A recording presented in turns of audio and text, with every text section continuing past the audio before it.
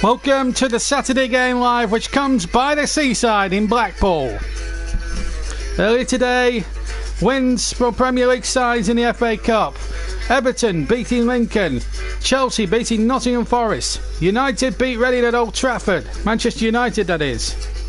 Burnley scraped past Barnsley in a game that's been pre-recorded for later on this YouTube channel. Brighton won at Bournemouth by 3-1. Shocks are plenty as well. Gillingham through 1-0 against Premier League Cardiff. Big result for them. So too are Little Accrington Stanley, 13th in League One. They've knocked out bottom of the Championship Ipswich by 1-0. Plenty of shocks happening. AFC Wimbledon are through, so plenty of lower teams still left in the FA Cup. Today we've got a very good game down on the seaside. Unai Emery's Arsenal beaten last year in the third round against Nottingham Forest under the managership of Arsene Wenger. They take on a Blackpool side who are doing okay in League One, but are still having a lot of trouble with their owners, the Oystons, and a few of them were protesting outside the ground earlier this afternoon. There are other games taking place later as well. Just to let you know that the games at Crystal Palace, Newcastle and one or two other places, they'll be all kicking off at 5:30 and we'll keep you up to date. Norwich as well will be keeping you up to date with all the goals that go in there as well. And don't forget, you've got your say as well in the comments section as well as we build up to Blackpool against Arsenal in the third round of the FA Cup. Yes, and what an atmosphere it's going to promise to be here at Bloomfield Road. Blackpool, just down the road from where I was this afternoon covering the Burnley game. So a little jolly down the M65 and 55 to Bloomfield Road by the sea. You can always feel that sea breeze here in Blackpool, but the good times have not been good to Blackpool since being relegated from the Premier League some 9 years ago now. Some 8 to 9 years ago they dropped down into the lower division, battled to get back up, and I'm now spending quite a number I've spent quite a number of seasons now in League One. Tony McPhillips is their manager, of course. Mike says hello, JB. Well, the TV cameras are in place for a possible shot, but you would fancy, according to the bookmakers, Arsenal should be clear favourites to go through today. They do have a decent side that they've put out here today, and I'll also bring you down that team sheet in a second or two. Let's give you the two teams, shall we, just before we carry on. So it's Howard in goal. Then it's Nottingham, Daniels, O'Connor and Bowler, Taylor, Spearing, Guy and Nathan Delfonso, the former Aston Villa and Burnley man, and Ganouye and Feeney up front. For Arsenal, their 11, you might be interested here, Mike. Checking goal, Lichtsteiner, Socrates, Koscielny and Koszalniak. Then it's Elneny, Maitland-Niles, Ramsey, Willock, and Alex Iwobi and Nikita. On the bench for Blackpool, incidentally, Wilmer Anderton, Pritchard, McLaughlin, O'Sullivan, Davis, Naombi and Bunny. For Arsenal, this is a contrast to the two benches, and this is how wide the gap really is.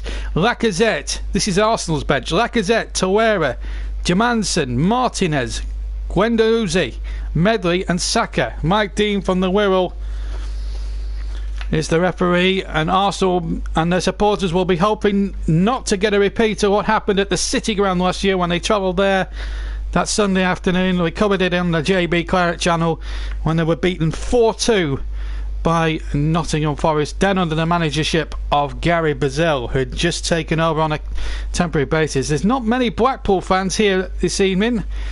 There's a few that have decided to come in, so at least for their replay match against Solihull Moors, there was one part of the ground that was just completely open, and that was about our lot, really. And as the teams come out of the tunnel, it's going to be, well, we expect sides like this to really attract a full house, but because of the supporters' stance, the Blackpool fans' stance on the Oystons, it's going to be completely half empty. And of course these two teams, as Mike points out, played each other in the League Cup earlier this year. Arsenal led 2-0 in that game, got pegged back to 2-1, but got through in the end and went on to play Spurs and lost that tie, and the rest is history. But you'd fancy Arsenal here. They are the 13 times winners of the FA Cup, the most successful team in the competition's history. Right, let's have a recheck of the two teams, starting with Blackpool. So it's Mark Howard in goal. Then it's Michael Nottingham, Donovan Daniels, Paulie O'Connor, Mark Bowler, Jay Spearman, Callum Guy, Nathan Delfonso, Chris Taylor, Liam Feeney and Armand Guandalay. On the bench, Christoph Muambi, Joe Bunny, Nick Anderton, Ryan McLaughlin, Harry Pritchard, John O'Sullivan and Steve Davis. Not Steve Davis, the snooker player, I might add.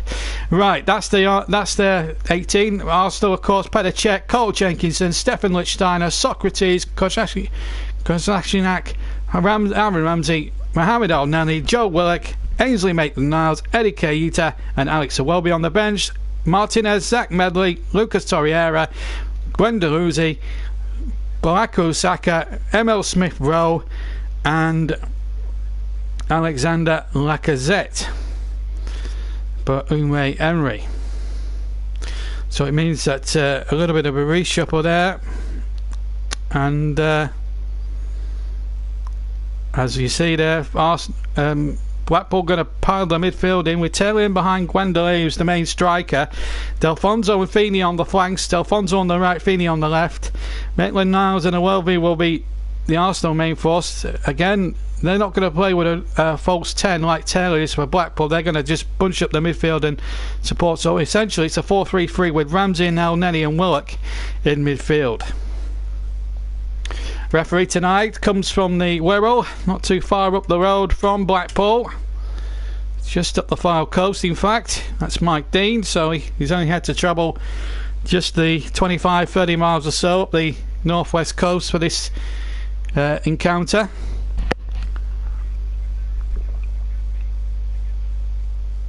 So most of the massive guns have got through unscathed so far.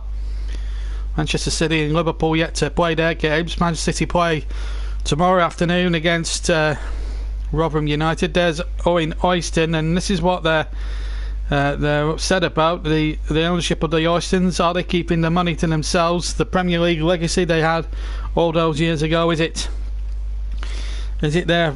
Well, we'll just have to see. But it's Arsenal in the dark shirts as they wore against Liverpool, you might remember, and they get us underway here in the third round of the Emirates FA Cup here at Bloomfield Road. Remember, later on we've got full delay commentary of Burnley's clash with Barnsley, but it's we're live here at Blackpool for Blackpool against Arsenal, and it should be one heck of a game. So Smith-Rowe is on the bench. I thought it was Saka, but it's not. I've been told now it's Smith-Rowe. So I got my information from BBC, and they've got the information wrong. So it's Smith-Rowe and not Saka on the bench, just to confirm. So we see an offside there against I think Liam Feeney. Yeah, it's a Feeney who's been tagged offside. Blackpool have had to get past a replay to get through against Solihull Moors, and it could have so easily been Tim Flower's team playing today, but they played in the Vanarama National League instead, and Blackpool have got the plum tie. I tell you what, if Solihull Moors had got through, I tell you what, it would have been better atmosphere wise. But Arsenal have sold most of their allocation to a couple of sides of the Bloomfield Road and that are completely utterly empty at the moment, which doesn't really make too good reading, really, to be honest with you, as the long kick forward, and it's forward towards number 7, Nathan Delfonso, who's a former started his career as a youngster at Aston Villa, who were beaten 3-0 today by Swansea, incidentally. Arsenal haven't played here since 2011. They won 3-1 in the Premier League. And Blackpool were very unlucky on that occasion, but Arsenal at that moment in time did have a really good team in who always consistently under Wenger at that point kept finishing in the top 4. Though they always had that thing against them, they would never win a trophy. Well, they put all that to rest a couple of years later as the Greek Socrates now has the ball, and he hits the ball with his right foot. Forward it goes, and it's flicked on there towards Nakitiai, who's number 49.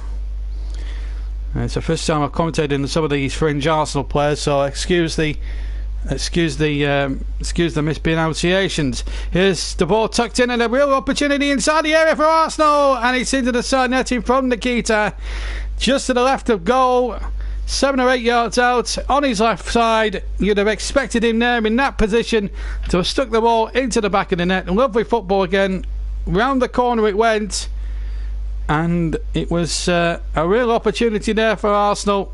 Side netting. Howard will be a little bit relieved, shall we say, that that went into the side netting. So it's Blackpool 0, Arsenal 0. We've been playing for 3 minutes earlier today. Burnley, without giving too much away, Burnley got through, Brighton are through, Manchester United are through, Everton through, Chelsea through, Accrington through, beating Ipswich. Cardiff, one of the first Premier League teams out of this year's FA Cup, beaten down at the Priestfield by Gillingham. Panini will be a made-up man after that one, I'm sure, if he's on. Congratulations to Gillingham in the 4th round draw. AFC Wimbledon have beaten Fleetwood just down the road from here, 3-2 this afternoon. It's all been happening, and of course Tranmere 0, Tottenham 7, and of course any goals as we're going in the other games we will keep you abreast about. And don't forget the JB man in the match in full swing. Here's Blackpool in the Tangerine, come forward, attacking the goal to our left in this first half. From left to right, Alfonso was tripped. Now number 27, Boa has it on the near side and hits number 15, Maitland-Niles. Now the ball comes to Delfonso. Delfonso, good turn there inside the penalty area. Good chance here for Blackpool, and what a good save that was by Petr Cech. Well, he's been under a lot of fire this season, and it was Guy who made the run. Alfonso won it and then found Guy here, and he made a fantastic run. Goes all the way through, and that was a good save from Cech. It might have been Guandelay, actually. Guandelay, sorry. I'm not familiar with Blackpool, so you'll have to bear with me. So a corner kick. Blackpool on the offensive here as they look to take the first blow against Arsenal, but the corner from the near side is so easy for Petr Cech. The Premier League's leading clean sheet maker. He's made more clean sheets than any other Premier League goalkeeper in the history of the Premier League. And of course we'll ask our friend Russ to keep us abreast of all the other 5:30 kickoffs as we go. Unfortunately, Russ was due to do a 3 o'clock game for us this afternoon. Unfortunately, he succumbed to a viral infection, and we wish Rusty a very speedy recovery. So from all of us here at the JB Claret channel, and of course Chris is elsewhere tonight, so you've got me in the commentary box this evening. 0-0 here as Socrates plays the ball back to Petr Cech, who's been made to work in this opening exchanges. Arsenal have brought quite a number of fans up from North London, and I'm sure Arsenal Fan TV will have been in full swing before the game, and if they were to lose, and Michael dearly hope they don't, and you would still expect them to go through tonight, but if they lost, well, my goodness, Arsenal Fan TV would be in meltdown. But I would expect Arsenal to go through here today. They are the red hot favourites, the bookies. Blackpool probably about 18-1, I think, something like that. I got quoted this morning in one of the betting websites. 5,000 Arsenal fans. Well, at least it swelled the attendance here at Bloomfield Road. That is for sure. I mean, it was completely watching the game against Solio Moore's mate. Meanwhile, it's a crossing towards the penalty area, and there is not a goal for Keita. I was just about to say the first goal then was a lovely cross from the right from Maitland-Niles, low cross, and Keita here should bury this for me. Lovely football here by Arsenal. The flag stayed down. Maitland-Niles did absolutely the right thing crossing, and Keita, from no more than 6 yards out, has somehow managed to knock it wide of the of the Blackpool left-hand post. Well, that's 2 gilt-edged chances he's had, and we've been playing for 7 minutes. And Feeney, in fact, gave the ball away in the build-up to that. Well, Arsenal should be at least 2 goals up in this game. There's been a red card in the game at Crystal Palace and Grimsby. Fox has been sent off after 2 minutes for Grimsby, so Palace will be playing against 10 men at Selhurst Park. So Grimsby had a tough test already going to Selhurst Park, and it's got even tougher now with Foxes sending off down there this evening. But the main shocks have come at Accrington and at Gillingham this evening. I'm sure they'll take pride of place. I'm really pleased in back for Accrington Stanley. What a win that is, and if they can get a big tie at the Wham, or the Crown Ground as it used to be called, they can get a big team there, and Manchester United or an Arsenal there. Well, think about that. It'll be worth more than any money in the world. I mean, they've earned £150,000 for winning today, which to a team like Accrington, as we see just Blackpool on the right hand side there, and the ball threaded out. Jordan Rhodes has scored at Carrow Road, but it's been ruled out for a clear foul. That's Norwich against Portsmouth, incidentally.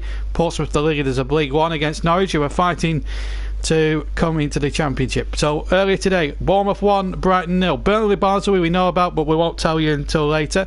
Manchester United 2, Reading 0. Sheffield Wednesday and Luton will have to replay. So will Shrewsbury and Stoke. They finished 1-1. West Brom beat Wigan by 1-0. West Ham beat Birmingham 2-0. As Blackpool have possession, and they have it here, but it's offside. Accrington 1, Ipswich 0. Villa 0, Swansea 3. So both Birmingham sides are out. Bolton 5, Walsall 2. Brentford 1, Oxford 0. Chelsea 2, Nottingham Forest 0. Derby and Southampton will have to replay down at St Mary's. Everton just sneaking past Danny Cowley's Lincoln City by 2-1. Fleetwood and AFC Wimbledon drew, ended in 3-2 to Wimbledon. Meanwhile, it's a penalty given.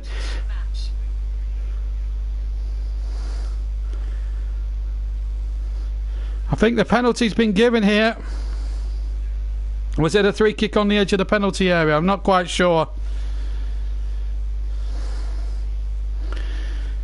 Did look as if the referee had given a penalty initially, but the ball was just inside the penalty area from first glance, but he obviously hadn't.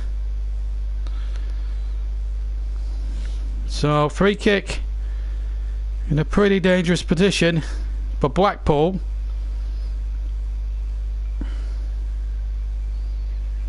As Ramsey takes a free kick, it's hit the right hand post, and the rebound's been nodded in from 6 yards by Joe Willock. And Arsenal do have their goal, and I think it's been on the cards right from the word go. So Blackpool, if they're going to get anything or even a replay out of this at the Emirates, they must come from behind. It's Blackpool 0, Arsenal 1 here at Bloomfield Road, and 5,000 Arsenal fans will be absolutely pleased about that. The free kick came in, no offside. Willock heading in after the effort from Ramsey. The right-footed effort came off the inside of the right-hand post. It came very, very kindly to Willock, and he had the simplest task. Reacted quicker than any Blackpool player, and nodded in quite well to put the 13 times holders, or 13 times winners I should say, 1 goal ahead. And it was an easy goal, really. A nice moment there for Willock. Always special when you score a goal in the FA Cup. 1-0 to Arsenal,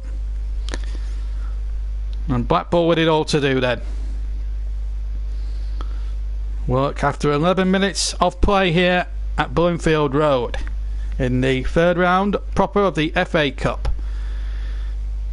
And at the moment the big guns so far are having precious little trouble at the moment. Manchester United didn't really play at their best against Reading. They had their moments earlier today, Reading, but just didn't get the breaks. And we were undone by a couple of pieces of fantastic magic from Manchester United. Chelsea took their time to beat Nottingham Forest. No such problems for Spurs yesterday against Tranmere.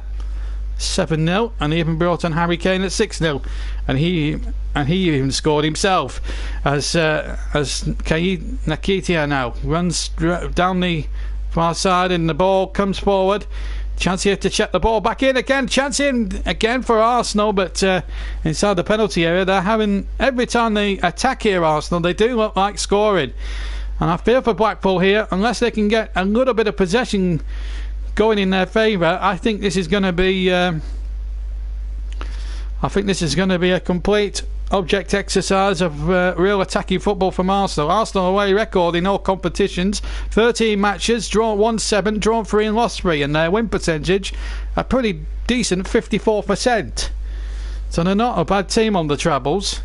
As the flag is staked down, no, it's offside. The goalkeeper did make the save, Howard, but it was not to be. The flag had gone up and offside was given. Although,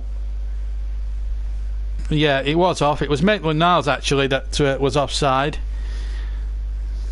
There's work now. We've got the first goal. Runs forward, finds the far side, and the ball threaded in there towards number 49, Nketiah. The ball hooked away now. Second goal of the season. Scored against scored in the Europa League game against Vauxhall earlier on in the season. So 2 goals for the season. No league goals yet for Willock, although he's not had a chance to really show what he can do in the Premiership yet. But 1-0, 13 minutes gone in the third round proper of the FA Cup, our first live match of the season. We will have the earlier game between Burnley and Barnsley coming up a bit later, as the ball comes towards Nketiah again. Nketiah, good football again. Arsenal just keep a possession well, and the ball crossed back, and the chance inside the 6-yard area in the end. Blackpool had the wherewithal to get it away from their own 6-yard box, but Arsenal, every time they attack, look as if they're going to try and catch Blackpool here on the hop, as a long ball forward from Guy finds Feeney on the near side. Now then, what can Liam Feeney do here? Feeney's cross charged away. It's a corner for Blackpool off Aaron Ramsey, who may well claim the assist on the goal, incidentally, as it was his free kick that cannoned back off the post, you may remember. This was the opportunity a moment or two. El Neni's cross, there's the header back, and good defending there from Blackpool. Headed back by Jenkinson, in fact. So a chance here for Blackpool from the set piece. And it's Taylor with the corner into the penalty area. Czech gets it away at the far post, and they're out for a goal kick. I think there might have been a foul, in fact, on Pedacek. Taylor's corner had to come through a crowd of bodies there, the Arsenal goalkeeper. His distinctive rugby headgear. Tony McAndrew took over the job after Gary Bowyer sensationally quit earlier on in the season.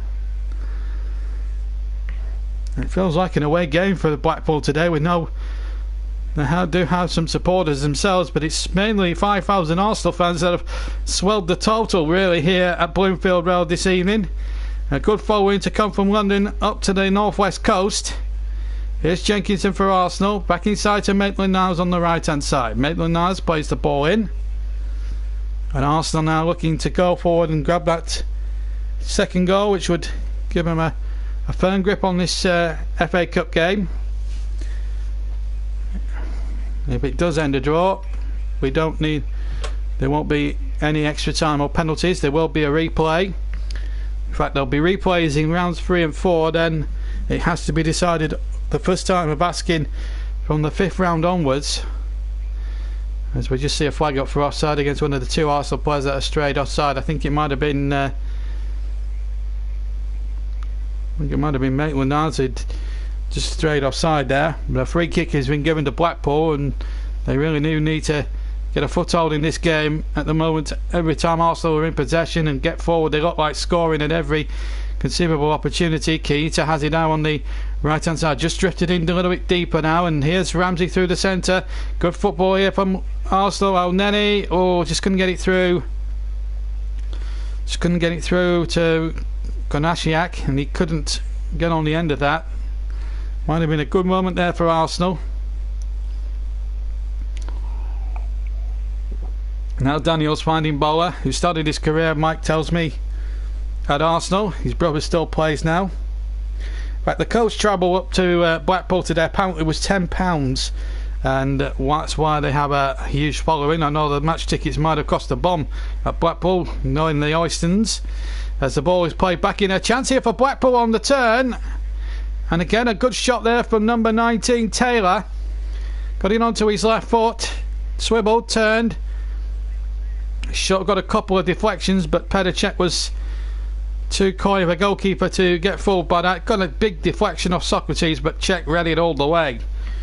So a goalkeeper of Petr Cech's calibre, and he's been at the top for many years. The match stats: 2 attempts for Blackpool, 4 for Arsenal, and 2 on target. And believe it or not, the Blackpool, and Arsenal have had 1, but it's been the goal scored by Willock, deciding it at the moment as Jenkinson has possession, I think. Yes, Jenkinson, he's coming to the side, in fact.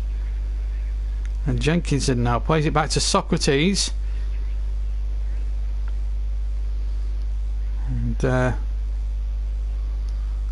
so far so good at the moment for Arsenal. As Lichtsteiner plays that ball forward, but he's lost possession a little bit carelessly. Feeney to bring it away for Blackpool down the left hand channel. A little bit of a bad chest control there by Grandouet. He's got a throw in out of it on the near side. 18.5 minutes gone. It's Blackpool 0, Arsenal 1. Willock on 11 minutes, the goal scorer. There's been a red card at Norwich. Grant Hanley, the ex you know who, has been sent off for Norwich, and he has got a bit of a reputation of being a very type of on the edge defender. So Norwich are down to 10 men at Carrow Road. It's still 0-0 between Norwich and Portsmouth. Ross is feeding me all the news and views as we get it. Keita, we're all across the FA Cup third round for you tonight here on the JB Claret YouTube channel. We'll be hopefully across it all also tomorrow, as El Neni now has possession deep inside the Blackpool half. Now here's number 59 Willock, who got the first goal. Back to El Neni again. Now here's number 25 Jenkinson, who was amongst the substitutes, hence why we've got another sub in for Arsenal. Charles Jenkinson now coming in. It must have been an injury to one of the Arsenal players in the warm-up. I was too busy doing the other side of things, the classifiers, to actually realise it might have been. I'm sure Mike will keep me abreast of what actually happened there, because Jenkinson was originally on the bench. But here come Arsenal now charging forward, but Blackpool again just hooking the ball back to their keeper Howard. It was Lauren Koscielny, in fact, who was the man that pulled blame in the warm-up. So thank you, Mike, for clearing that one up. So Lauren Koscielny came out, and I think Lichtsteiner has gone into the centre-back role as well. So here's a chance now for Blackpool. Again, the ball pulled back from the left-hand side, but Arsenal again just had sufficient numbers there in those dark shirts, and they look to attack and get every opportunity, and this is what I'd like to see from Arsenal. Good positive attacking play, and they're doing just that now as El Neni carries the ball. Here is El Neni now. El Neni tries the shot. He took a couple of bobbles along the way, which probably made it very difficult for the goalkeeper. It was good carry and run here by Iwobi, and then the ball came back to El Neni, who had the shot. In fact, the goalkeeper might have got something on it, but it was very awkward there. Karen Butters reckons it's going to be a Blackpool victory. I have to say it's wishful thinking on your part, but yeah, nothing wrong in supporting the underdog. This is what we like the FA Cup. Blackpool, of course, famously won the FA Cup, of course, back in 1953, regarded as the Matthews final. But what people don't understand is, although it was dubbed the Matthews final because Sir Stanley Matthews at that time had won a cup medal, Stan Mortensen was the first man and only man in history, in cup final history, to score a hat-trick in the FA Cup final. There's a statistic for you as Blackpool come forward, and the cross from the far side is well pouched by Petr Cech, and he gets Arsenal moving again. It's Alex Iwobi now down the left hand side, and now Ramsey has it. Ramsey looks to check back. He's got plenty of Bloomfield Road to weave his magic in at the moment, and here's a chance now for Blackpool now to get possession, just get a little feel of the ball here maybe, and O'Connor now brings it away for Blackpool.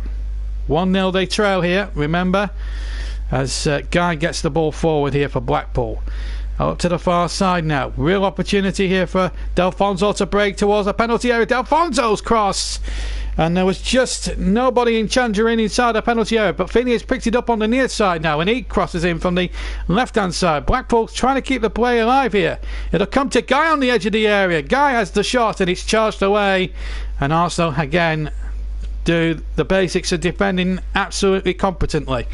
And here is Keita trying to get the ball back, but he's lost it again, and now here comes number 5, O'Connor. O'Connor towards the penalty area. Well, it was a brave run by the defender there for Blackpool. They're having a go here, Blackpool. They're starting to have a look, put a few passes together. If they can get an equaliser, it will make for a thrilling cup tie, but I've got a distinct feeling though Arsenal should have too much in the locker for them. We've said that about Arsenal so many times. Paddy O'Connor is a Leeds United loanee as well, so I'm getting information from Russ and Mike as I go along. Here's a good ball over the top now towards number 27 here, Boa, and now Feeney. Feeney turns. That's a good ball from Feeney in towards the 6-yard area. What a chance that could have been for Blackpool. And Arsenal, through the combination of Steiner and Socrates, got the ball away, and now Arsenal have it with Iwobi on the far side. Had to shake off a Blackpool opponent, and he's done really well. Now an opportunity here now for Arsenal. What a tackle that is. Willock was darting in from the left hand side, and Jay Spearing, the captain, the number 8 there, with a fantastic challenge inside the penalty area. Couldn't have timed that any better if he tried. I'm just seeing a replay here, and what a chance. There was Delfonso in there, and Grandelet was in there too. It was Grandelet and, in fact, Taylor going for the same ball. Grandelet, in fact, used to play for Stevenage. That's Mike's local side, for those who don't know. And also have a corner, as the corner will be from Jenkinson and Socrates, or Socrates I should say, will be floated into the penalty area as the ball is taken short now, and it's Iwobi played in now. Here is Iwobi now, cross back off the defender again, another corner, far side again, hits Spearing again, and another corner. The Arsenal, they're just starting to force the issue a little bit now after a little bit of sustained period of pressure from Blackpool. They're starting to get ahead of steam once again now, Arsenal. The FA Cup third round, in association with Emirates, and at the moment it's going the way of Arsenal by 1-0. As the corner will come in from the far side again, Alneri to take this time, and it's headed away once more. And you know, you just get the sense and the feeling that this is going to be a tough old test for Blackpool. This.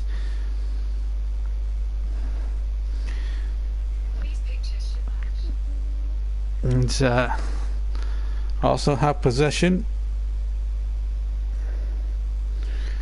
and Blackpool here got plenty back here, and here's Iwobi on the edge of the area. Iwobi has the shot, oh, just wide of the right hand post. Left footed drive from Alex Iwobi, just wide. Fantastic play here from Arsenal. Well, Keita laying him in, and just to the left of the D, struck the shot, and just wide of Howard's right hand post. Arsenal do, when they get into threatening positions, they do like to put the defences under pressure, and they are doing so here to Blackpool. Well, it's a very sparse Bloomfield Road, And a big game tomorrow, live on the JB Clark YouTube channel. We're going to have Woking and an assistant manager, of course, the one and only Martin Tyler. And they're playing Watford in a bit of a local derby in that game.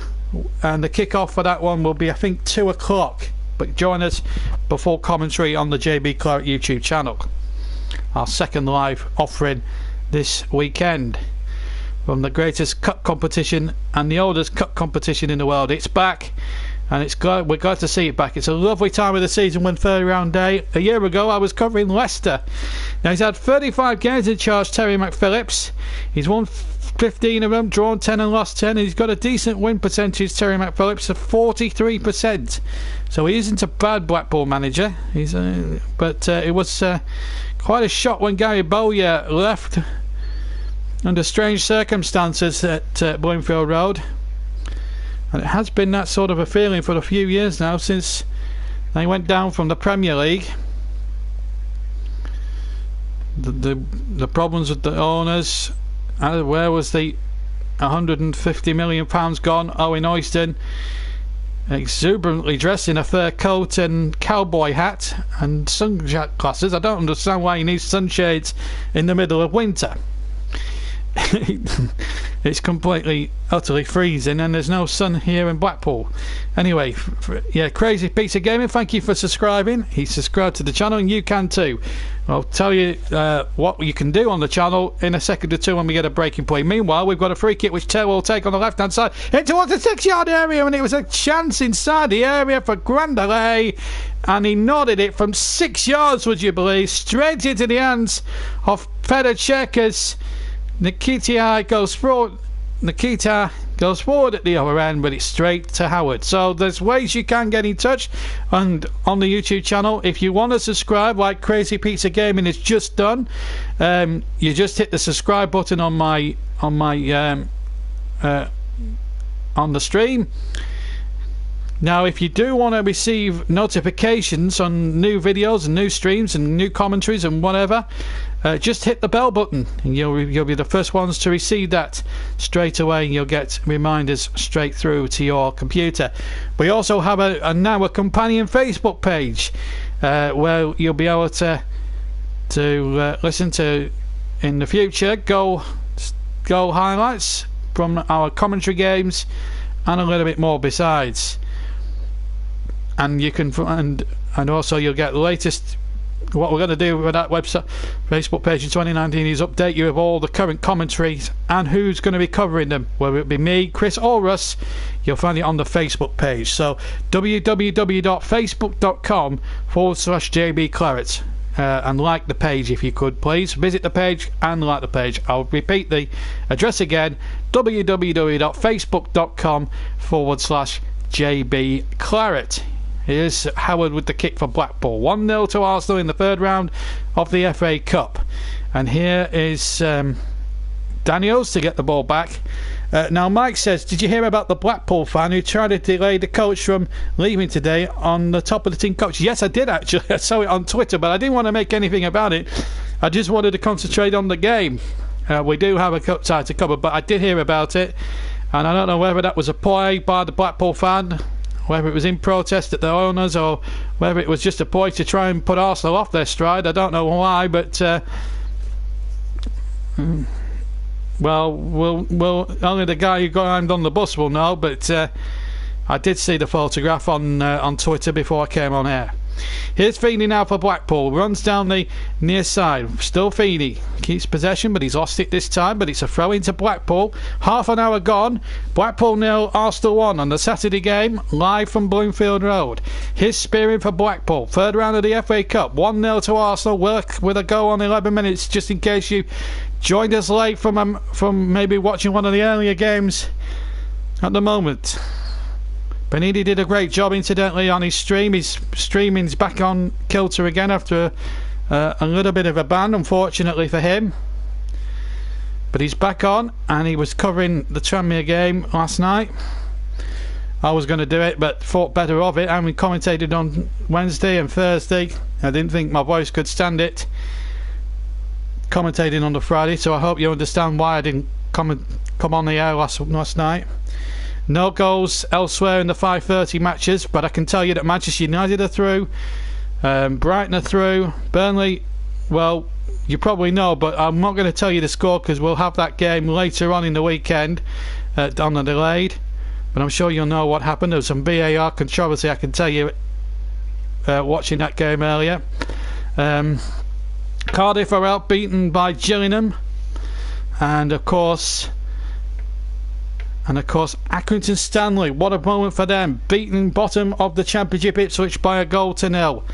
Great moment for Aki Stanley, and we might just bring you some goal snippets from some of the 3 o'clockers as we come in for half time. We'll take a 5-minute break and then just bring you up to date what actually happened in the 3 o'clock games in the FA Cup, and bring you goal commentaries from around the country. In fact, we might do it after coverage of this game and bring you right up to date with what actually happened this afternoon at Old Trafford, Stamford Bridge, at the Vitality, and at Goodison Park, of course, where Everton were playing Lincoln City, who famously reached the quarter-finals 2 years ago, knocking out my team along the way, of course, Burnley, and then were beaten quite soundly by the team that's on the attack now, Arsenal. But the ball out of play as Willock tried to get a crossing from the right-hand side, but out of play it goes for a goal kick. As we see again the free kick which led to the goal. This is the free kick off Ramsey. Goalkeeper beaten a mile, hits the right inside of the right-hand post, and Willock does stay outside. He needs the quickest to react before any player in Tangerine can get there, and that, well, Blackpool will be kicking themselves for that. But Arsenal and their 5,000 travelling supporters who have travelled all the way up from North London to the Lancashire coastline, the Fylde coast today. Well, it's been well worth the trip. And yes, Worth said he watched the Manchester United game, Sheffield Wednesday. That ended 0-0 incidentally. That goes to a replay as Feeney runs down the right hand side, but the referee stopped him. Offside, I think, has been given. The flag is up, and well, let's just have a look on the replay. Well, yeah, he's just off there for me. Good line there played by the Arsenal back 4. Caught 2 Blackpool players offside, and Terry McPhillips will be a little annoyed by that somewhat there, because it would have been a golden opportunity if he had broke the offside trap, but it wasn't to be for Blackpool. Blackpool 0, Arsenal 1. It's the second time these sides have met this season.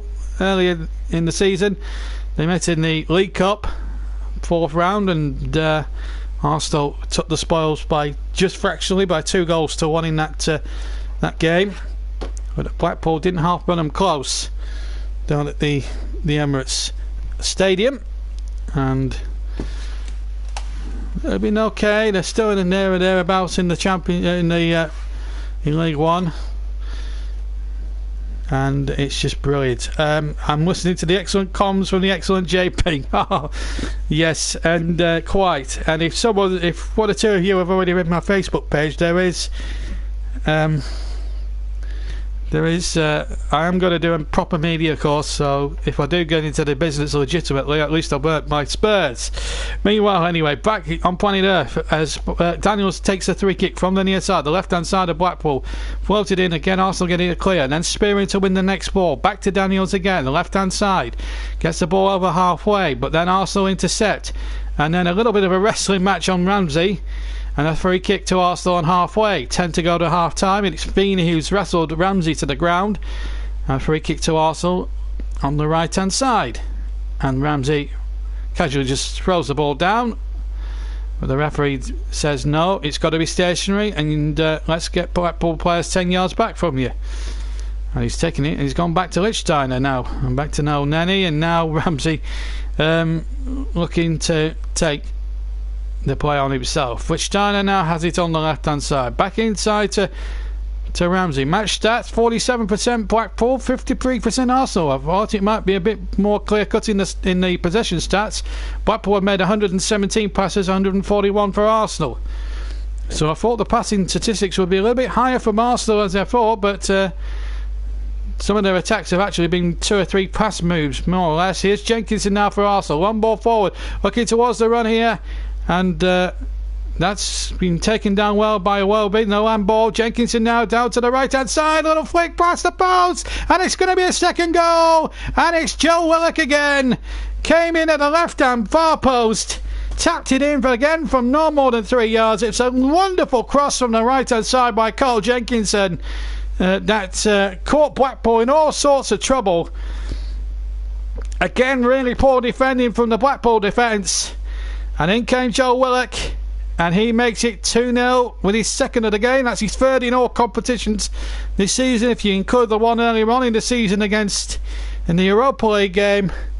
But a lovely goal, and I have to agree with Mike, a great team goal. This is what we know and love about Arsenal. This is the way they play. A well-big, good hold-up play. They thought there might have been a handball. It definitely wasn't. And Jenkinson playing it in. There's a little flick by Keita, and it was Nikita. And what a finish from 2 yards out from Joe Willock. Well, if he's going to play his way into the Premier League team, he's doing a good job about it. He's going to go on the right way about it. Good finish by the youngster, the number 59, and Willock now is hat-trick hunting. Blackpool were just simply all over the place. In fact, to be fair to Howard, he made a counter attempt with his right foot to try and keep the ball out, but Willock was a nice simple finish for him. 11 and 37 minutes his goals were timed at, and here's Spearing now for Blackpool. 2 goals down in the Tangerine, attacking the goal to our left, and here tries to play a 1-2. Now Feeney, who's caused Arsenal 1 or 2 troubles on the left-hand side so far. Still Feeney, Liam Feeney. Good cross towards the far side, and Czech had to come, and he's come off limits here, and Blackpool have won the ball, and Czech has brought his man down. Nottingham, has he got away with it? I think he has, you know. I thought he brought down Nottingham here, personally. Well, Nottingham went down maybe a little bit theatrically, maybe, and that's probably what swayed Mike Dean into giving Petr the benefit of the doubt. The ball is laid back to Petr, incidentally. Michael goes on to say, Mike says, Claude from Arsenal Fan TV was in there with my friend Garcia, as well as I know two of them fans. They just showed in that replay. I didn't know it was Claude, actually. Yes, but he is a regular, I'm told, on Arsenal Fan TV. I do watch Arsenal Fan TV a lot, especially if they lose, because the fans don't half love entertaining us with their gripes about Arsenal. But nothing to grumble about today.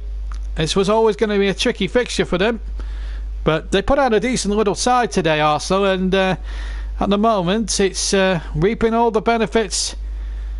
And Arsenal and French players really are giving Unai Emery a little bit of a nice headache here, because it means now that they're playing their way into a contention, maybe to get a little run in the Premier League side, and they need to give people like Ozil and Lacazette and Aubameyang something to think about here. They need to give them some competition.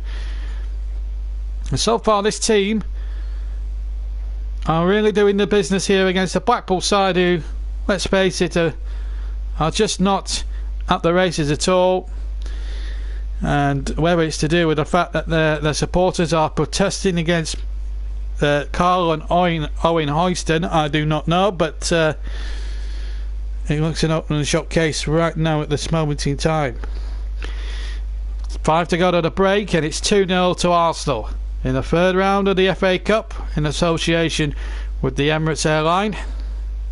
Of course, sponsor Arsenal, of course, as Socrates comes forward, the Greek, to hit it forward, and a long ball forward, and there's a chance for Nikita. Now can he get there first before Howard? No, he can't. Howard whacked it away with his right foot, whacked it over halfway, but Nikita almost getting on the end of that. It's ironic, really, that Blackpool on their advertising boards are trying to sell packages from their executive boxes for 40 quid. Meanwhile, a chance here for Iwobi to get the cross in, too close to the goalkeeper. Well, I'm not sure that the Oysters are going to have that offer taken up on them the way they're going. as Feeney now has possession. Feeney, good ball, nicely played into the middle, and a chance now really for Guy now to take some possession. And if Blackpool can get the next goal in the next 4 minutes, I think we might have an interesting period of play for the second half. And of course Russ Vernon says nothing. Russ says nothing against Portsmouth, but I hope Norwich win, as I don't like Kenny Jackett, how he treated my local club Rotherham. I can't remember that. I'm sure you'll have to remind me on that one, Russell, young Russell. But at the moment, it's not looking good for Terry McPhillips' Blackpool. 2-0 down. Bowler with the throw in, the former Arsenal youngster. And Blackpool now probably, they could do with a Stanley Matthews and a Stan Mortensen right now, quite frankly. Maybe a Charlie Adam, because they really do need to get back into this game. And Arsenal, the way they're playing at the moment, they're swift, a counter-attacking style of play has been a real joy to watch tonight, I have to say. It's been a real treat. Blackpool 0, Arsenal 2 in the FA Cup. Third round of the FA Cup. And Arsenal look like improving on last year's performance when they were beaten. I'm sure the Arsenal fans will not thank me for saying this, but they were beaten deservedly 4-2 by Nottingham Forest at the City Ground. I remember doing that match that day, and I thought Forest were superb on the night. As Jenkinson gets the ball away, finds Steiner, who then in turn finds his goalkeeper Pedicek, who's been absolutely superb this evening. Made some good saves in the early part of the first half, and has gone on to be the catalyst for Arsenal being 2 up, and it could be 3 here at this rate, as the ball is swept in there towards Maitland-Niles, but the goalkeeper Howard made a good fist of that one. Of course, the Premier League will be back in a week's time, and hopefully Chris will be back in the box for a big game, our Saturday game, which is due to be Chelsea versus Newcastle United. He left, in fact, he was former Rotherham manager and left after 5 games in charge, and he couldn't work with the squad, and he had Warne, and Warne obviously took over. Paul Warne, who's a Rotherham legend. And I wonder how you're feeling actually about Paul Warne's side going to Manchester City tomorrow, Russ. Do you think it's going to be an opportunity for a cup upset, or do you think Manchester City should have too much in the tank? I'd like to know what your thoughts are on the tie. Arsenal away at West Ham, Chelsea as well in the next 2 games for Arsenal. So this really is a good little warm-up for them, but they are the bigger games. 2 London derbies to come there for Arsenal. 1 away at West Ham and 1 at home to Chelsea. That should be that might be a fun match. And of course, they haven't got the League Cup to worry about. Spurs and Chelsea do. Manchester City have got Burton Albion on Wednesday evening at the Etihad Stadium, and well, Willock has pulled up very, very lame here, and the 2-goal hero could be out of the game. He's got himself injured, and Blackpool are playing on and not allowing Willock to get any treatment here. And as Blackpool look in search of a goal here, as the shot comes in, it'll come to number 8 Spearing now on the edge of the area, plays the ball out to the far side. Now then, big opportunity here. Nottingham's cross into the penalty area, knocked away and out for a throw to Blackpool level with the area. We've played the 45 minutes. We're into stoppage time. And I'm considering how much space Nottingham had and how much time he had, I thought that was a very, very poor ball by him. Nottingham himself will take the throw. Long throw by him into the penalty area. Check comes through the crowd, easily sails onto the ball, catches it easy, and it's regulation. So we're inside the last 30 seconds of the 1 minute that's been added on by the 4th official. Half time at Carrow Road. It's goalless. Everyone else, I believe, is goalless, so it's not been great fair in the 5:30 games elsewhere. As Arsenal going in search of a third, and they almost did, but a great piece of goalkeeping. It was Nikita who got through the centre, hit the shot right-footed from point-blank range. It came from a Pedicek goal kick, so he might have got an assist for this. Really poor defending again from Blackpool. This time it was the number 5 there, O'Connor, dodling about. Nikita got in with his right foot, should make it free, but the goalkeeper Howard stood up big, and there goes the half-time whistle, incidentally, as we were seeing a rerun of that, as I was seeing a rerun of that chance to Nikita at the end. So Blackpool really with it all to do here at half time. Arsenal though doing the job efficiently as their manager would have wanted them to, and thankfully Joe Willock is okay, by the way.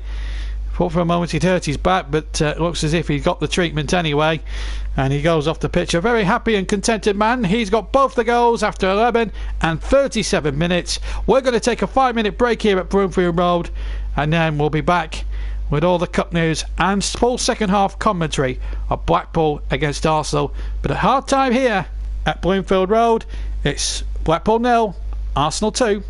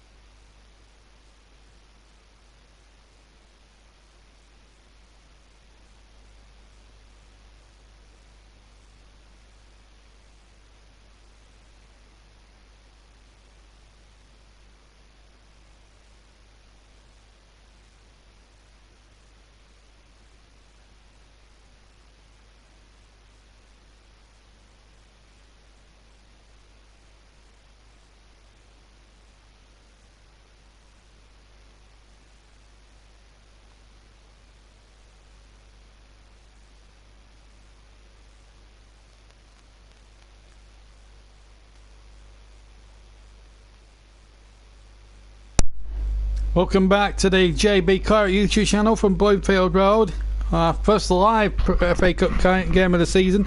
We do have one that's pre-recorded for us to listen on delay at some point over the weekend. So we won't tell you the score from that one today unless you want to look away. But we know there was VAR. All I can tell you is there was VAR controversy with a Burnley penalty in the first half. They did have two penalties in the match. One was given, one wasn't given. That's all I'm going to say on that. Okay, the other scorelines as we have him. Bournemouth 1, Brighton 3. That's a result. Manchester United already there. 2-0 winners against Reading. Sheffield Wednesday and Luton will have to replay. They drew 0-0. Shrewsbury and Stoke will have to replay. Peter Crouch getting the late equaliser for Stoke. West Brom through against 2013 winners Wigan by a goal to 0.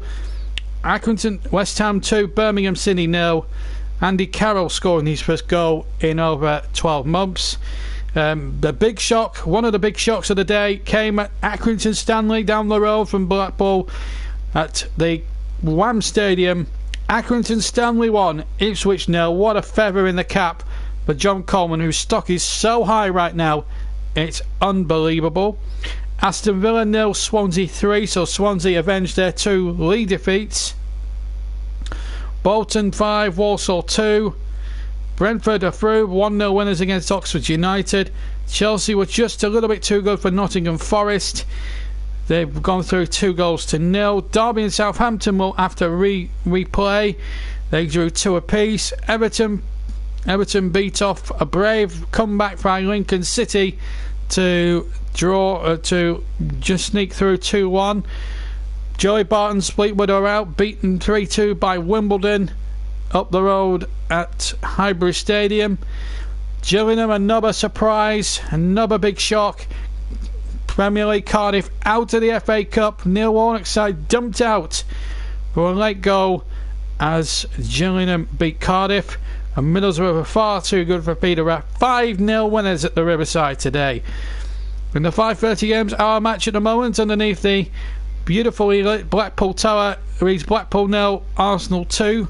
The games at Bristol City, Huddersfield, Crystal Palace, Grimsby, where the Grimsby have had a man sent off. Newcastle, Blackburn, and Norwich and Portsmouth, where Hanley has been sent off for Norwich.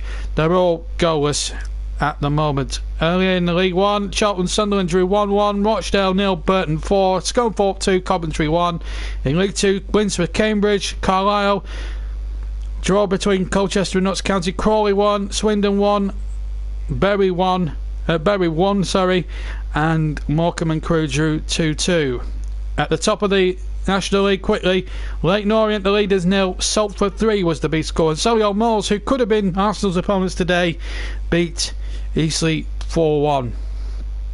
Okay, all the goal commentaries from all the earlier games, most of the earlier games to bring you today, apart from the Burnley one, which will be bringing you on a delayed stream some point over the weekend. But it's back to the second half. Blackpool to get us underway in the tangerine shirts.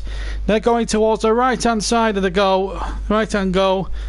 2 goals down, remember, and maybe need a football miracle how they could do with a Stanley Matthews and a Stan Mortensen to knock the goals in, and obviously Stanley Matthews as well to create them. Winners famously 1953, Stan Mortensen.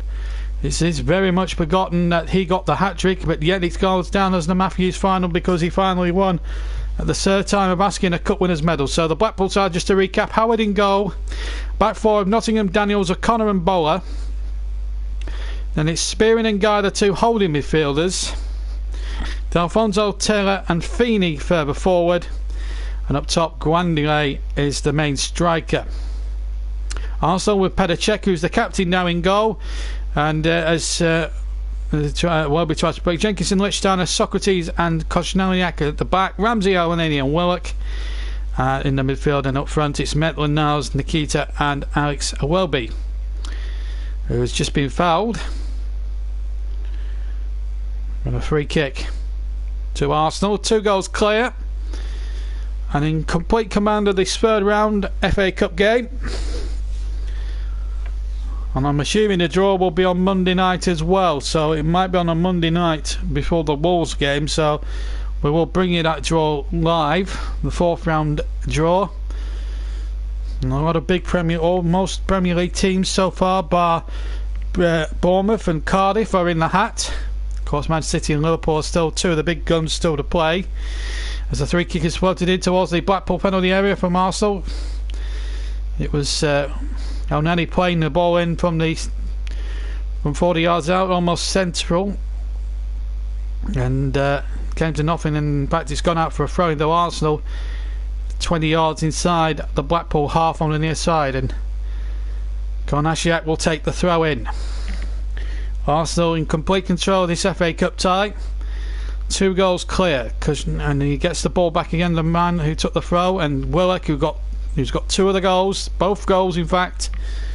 Any goals that go in, will be keeping you up to date here through Russ, who was due to commentate for us today on one of the 3 o'clock games. And sadly for him, he had to, unfortunately, he's gone down with a viral infection, and he's had to sit the 3rd round out, but we will have him on in the box hopefully for the 4th round of the FA Cup for the next round, and hopefully Chris will be back next week for a big game involving Chelsea as the shot comes in.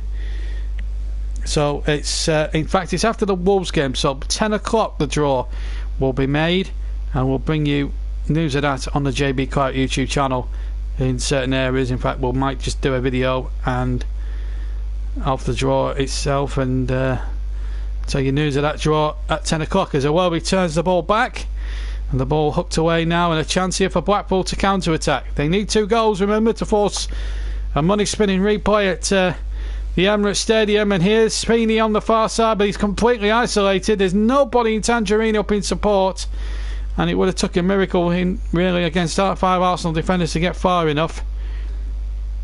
And Spearing battling for it. Now the ball comes to Nathan Delfonso. Nottingham makes the overlapping run, but it's Delfonso into the area. Back to Nottingham. Nottingham has the shot and pulls it wide at the left-hand post and behind from the goal kick. But a chance there for Blackpool. Half a chance there, but really wasn't going to trouble Petr. But that was better from Blackpool. Good positive play, and the right-footed shot from Nottingham just going wide of the far left-hand post of Petr, as Guendouzi had a little bit of a bash there with El Neni. And the other physical side, Blackpool, League One, they are an inferior side to Arsenal, but Arsenal are giving as good as they're getting at the moment. 2-0 they lead. Earlier today, Bournemouth losing at Brighton. Burnley Barnsley, we can't tell you because we've got a delayed stream of that to come. Manchester United 2, Reading 0. Sheffield Wednesday, Luton finished goalless. Shrewsbury 1, Stoke 1, that's a replay as well. West Brom 1, Wigan 0. West Ham 2, Birmingham City 0. Accrington, one of the big winners on the day, 1-0 winners against bottom of the Championship Ipswich. Villa are out, beaten 3-0 by Swansea at Villa Park. Bolton 5, Walsall 2. Bolton go through. Brentford 1, Oxford 0. Chelsea through against Nottingham Forest by 2-0. Derby and Southampton will have to replay after a 2-2 draw at Pride Park. Everton through against Lincoln 2-1. Wimbledon through just down the road at Greenwood 3-2. Gillingham through, and a shot comes in from Ramsey, and it's just turned away by Spearing for a corner. As I was reading out all the results from earlier today, and you'll hear goal snippets from quite a number of those games after the commentary here at Bloomfield Road. Most of them apart from the game at Turf Moor, which as I said, we've got a live recorded stream for you a little bit later on in the Clarets game delayed. On the Saturday game, it's still 2-0 to Arsenal, and at the moment it's looking ominous really for Unai Emery's side. If they can get a 3rd goal, then I think it's game over, but Blackpool must not do what Tranmere did yesterday and concede 2 goals in quick succession at the start of the second half. I think they conceded 2 or 3 in a couple of minutes, and in the end it cost them a little bit dearly in the end, which was sad really, because when we watch these cup games you expect a good battle between an inferior side and a Premier League side.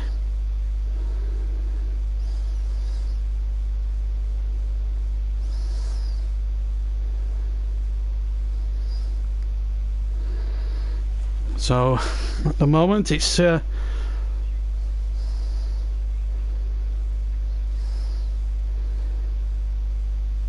It's looking good at the moment for the next.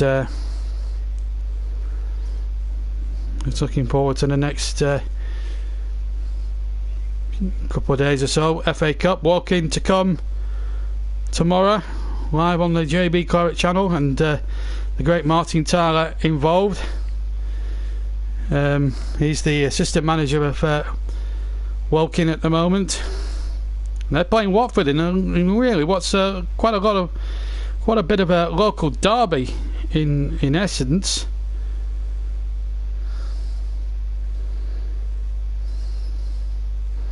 Here's number 12 here, Nottingham, going down the near side. Nottingham now, Blackpool 2-0 up. We've had 7 minutes of the second half, still 0-0 in the other games. But we had one sent off. We've had a guy sent off in the Grimsby Palace game, and we've had Hanley sent off in the match at Norwich. So Portsmouth playing against 11 men. Kenny Jackett, the manager, and who's Russ's worst enemy in football, if he's to be believed. But the way he left Rotherham in under a bit of a cloud, really. After 6 games, you don't leave a team after 6 games and get away with it. We've just seen a little snippet of the split screen of the two managers. Terry McPhillips going through his dossier of tactics. Unai Emery standing up below me and enjoying watching the Arsenal side purr like a machine at the moment.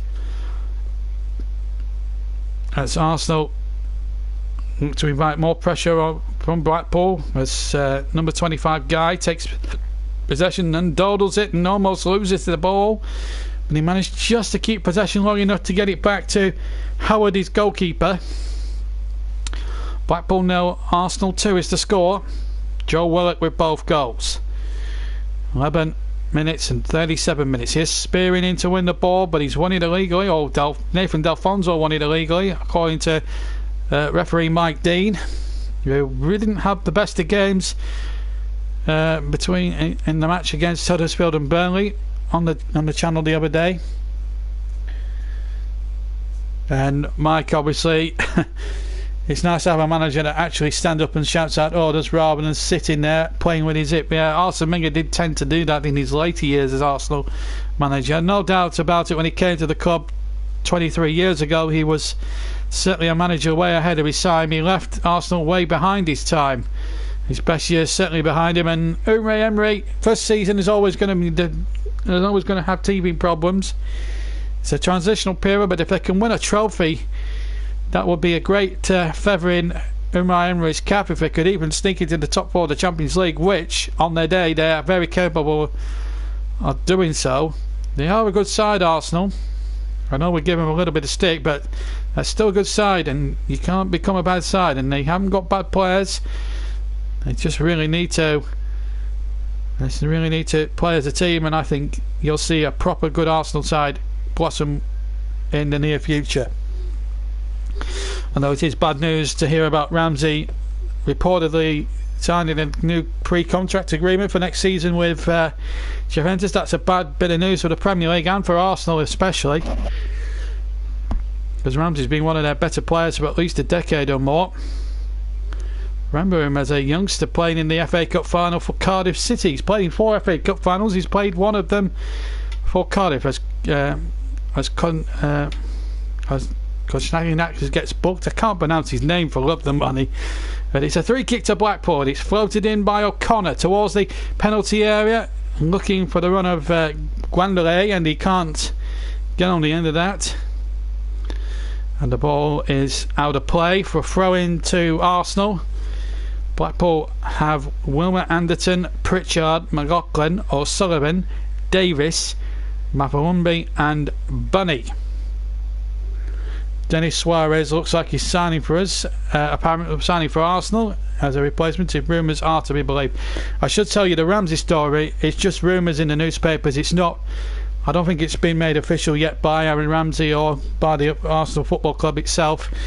I have to stress it is newspaper rumours, and we know how far to the mark the tabloid press are in terms of their journalism. Here's spearing now for Blackpool, with 56 minutes gone. We've gone past the 11-minute mark, incidentally, in the second half. It's been good as Blackpool again show off their advertising campaign to try and tempt people into their match day packages for 40 quid.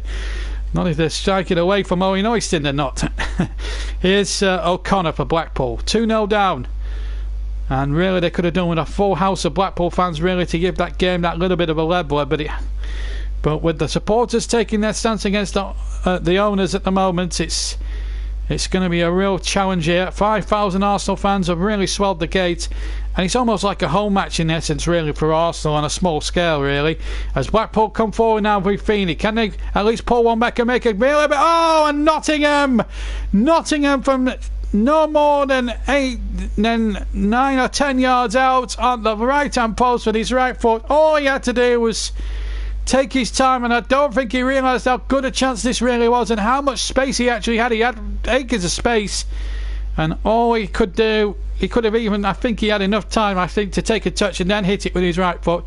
Went for the first timer, and it may have just bobbled up, and he smashed it over the bar, and that's the sort of chance on another day that would fly in. But in this case, Blackpool are being denied. But it's 2-0 to Arsenal. Blackpool can see the free kick midway inside the Arsenal half. Ramsey again, the man fouled, and Blackpool showing him no mercy in giving him a leg up and getting up on the ground again. Here is Ramsey, up and at him again, and he's back on his feet again. He hits a long ball out towards the far side, and it's knocked away again. Now a chance here for Blackpool to start another attack. And Delfonso will get it on the right hand side. Nathan Delfonso now. What can he do here? The Fonz is his nickname. He's not played like the Fonz from Happy Days, has he? And the ball out of play for a throw in, which will be taken by Nottingham. He's just blazed that last opportunity that Blackpool had over the crossbar. Now I believe he's got a good long throw. We saw that in the first half, although it wasn't too very good. Wasn't very good at the moment. So the 26th of January is the next FA Cup weekend, and we'll have it all across the JB Claret YouTube channel for you. The 26th of January, as Arsenal come looking to try and steer it with Willock, but he's been counted out by Jay Spearing, who's tried to battle well. Now number 29, Guy now forward.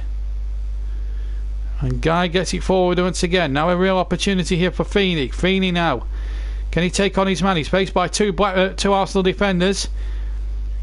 He's got Bowler on the overlap if he decides to. Guy takes possession. Bowler has it on the far side. Now what can Bowler do here?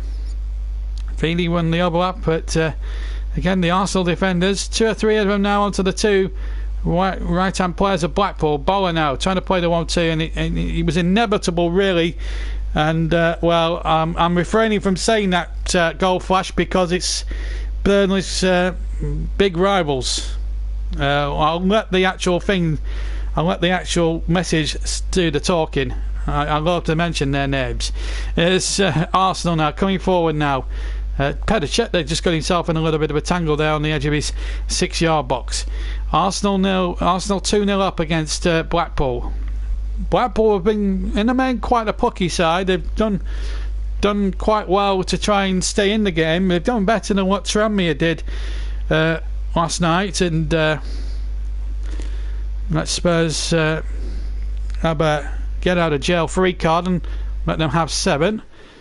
Uriah got 2 goals, and Laurenti got a hat-trick, and of course Mr. Kane inevitably came off the bench and got his customary goal.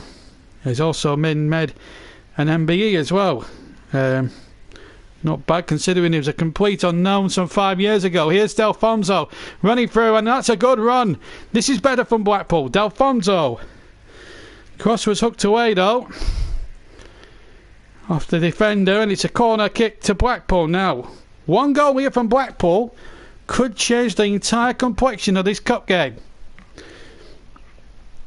Blackpool are about to make a substitution, and Pritchard is about to come on, and he's going to replace number 14. I think it's number 14. No, it's number 19, sorry. Number 19. So Taylor off and Pritchard on. That's the substitution. So Blackpool making their first alteration, and the first alteration in the game coming after 61.5 minutes of the second half. Remember, we'll have some goal cuts to come from some of the other games, including the 3 o'clock games. So here at Bloomfield Road, it's 2-0 to Arsenal, but it's Pritchard now with virtually his first touch to send this corner in from the right-hand side. And the inside as we look, Pritchard with the corner, left-footed into the area, the 6-yard area, headed away by Socrates. Now Blackpool have it with Spearing winning the ball, and it's Guy Rower winning the ball. Now Pritchard again, number 14. Really getting into the action straight away, but he loses possession. But it's a foul on Pritchard by Willock, and a free kick on the right hand side to Blackpool, still inside the Arsenal half, so they've got half a chance here if they can get the ball in here. Pritchard, good football. Pritchard gets the ball in there. It's a low ball, and there was a potential foul in this area. Still might break for Blackpool, and the ball just wouldn't bounce. It wouldn't drop on this Bloomfield Road pitch. Really not helping Blackpool in the slightest there. But I've got to say, it's been a difficult surface, a tricky surface, bobbles all over the pitch. Real proper cup-tie conditions, but Arsenal have played the pitch magnificently. But here they are, they've got a bit of pressure though, because Delfonso's on the ball, and Delfonso tries to go all the way through, and in the end Socrates got back and just hooked it out. And a throw-in. Well, Blackpool now having a little bit of a say in things here, and Pritchard is starting to make one or two things happen. Wasn't the best ball he put in, but the bounce there just wouldn't drop for Blackpool, and Feeney just couldn't connect on the far side. Otherwise that was a problem. We're going to see a substitution for Arsenal, their first alteration of the game. Off comes number 49 Akita, and Blackpool fans, if you're listening, put your hands over your ears, because Mr. Lacazette is about to come on, and he is world class, as we all know. He's at the moment Arsenal's version of Harry Kane, and here's the corner now. Although not as prolific as Harry Kane is. Here's the corner comes in towards the penalty area for Pritchard. Oh, inside the 6-yard box, and O'Connor was flying in, but the ball runs out of play and behind for an Arsenal goal kick. But O'Connor came flying in, and he got the nearest to flicks. And also number 21 Grandier was in there as well, and if he'd have got a flick as well, they both got in each other's way, but it was O'Connor who had got the contact in on the header. That goes in. It's game on. 64 gone. Blackpool 0, Arsenal 2 in the third round of the FA Cup. Third round weekend on the JB Claret YouTube channel. We saw a massive shock happen to Arsenal this time last year on the JB Claret YouTube channel. Mike says Nikita could have had a hat-trick easily, and to be honest, well, Aubameyang, yeah, I know he's more prolific for us, yeah, but in terms of what they had available, it's sort of like there, Harry, it's sort of like, I'm talking in terms of being available. I know Aubameyang's a better striker. There's no need, as the ball, there's no doubt about that, I was going to say. Right, anyway, back to the game, and it's Arsenal in possession with Ramsey, who's pulled all the strings in the midfield. He's still a top performer despite what's happening there, and Roby holds it up, and there's a chance now for a hat-trick, maybe for Willock. Oh, he tried to do too much, and the ball comes back to El Neni, who shoots right-footed, and he shoots just wide of the left-hand upright of Blackpool's goal, of Howard's goal, and a goal kick to Blackpool. Well, looking to try and finish or complete his hat-trick with a flourish, with a rippling run, which ran into trouble, but the ball came out to El Neni. He shot right-footed, but he went to probably a good couple of yards past the left-hand post of Howard, and no escape there. And no, I'm not saying anything about that, Russ. I'll let your comment tell the viewers and listeners that themselves. I'm loving to say that. Anyway, back to the game here at Bloomfield Road. 2-0. 1-0 to a certain team down the M65 against Newcastle. Everywhere else 0-0 and 2-0 here. Meanwhile, in the FA Cup. Meanwhile, Mike Dean is having a word or two in the ears.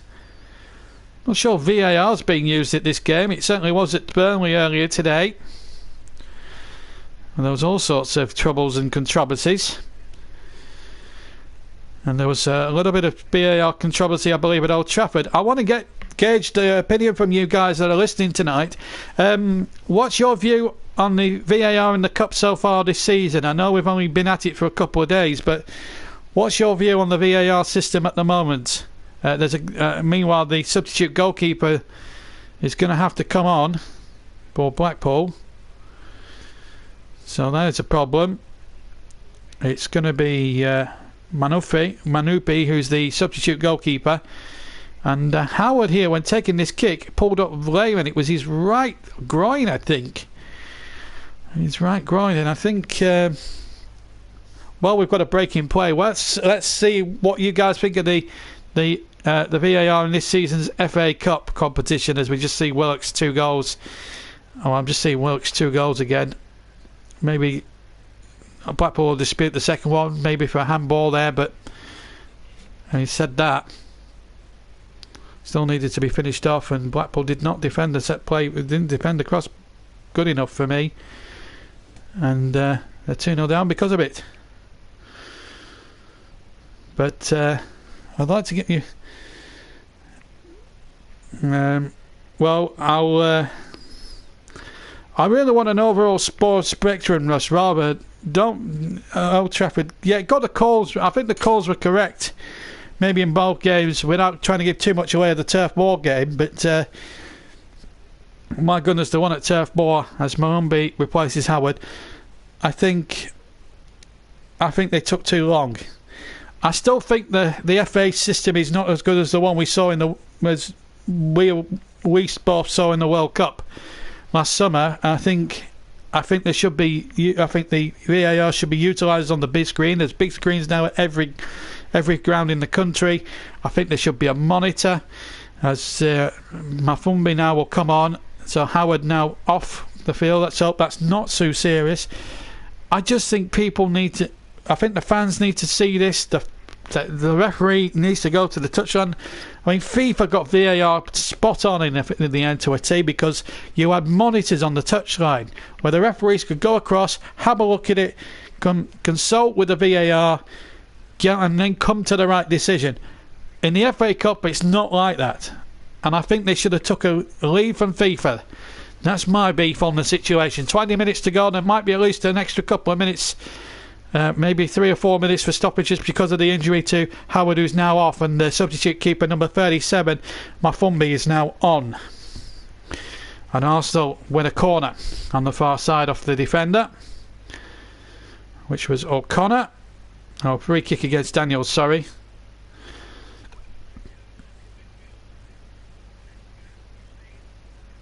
Nice to well, and O'Connor battled there to keep the ball in, but he couldn't.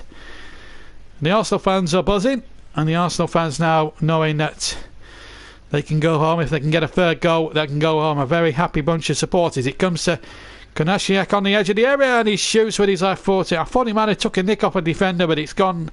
He's sliced over the top. There's another Arsenal player injured in amongst all that. I can't tell who it is. It might have been Jenkinson. Yes, it was Jenkinson. That's the final shot from Konashiak goes over the top of the crossbar. Jenkinson, in fact, is okay, and he's run the pain off, the injury that he might have just had there a moment or two back.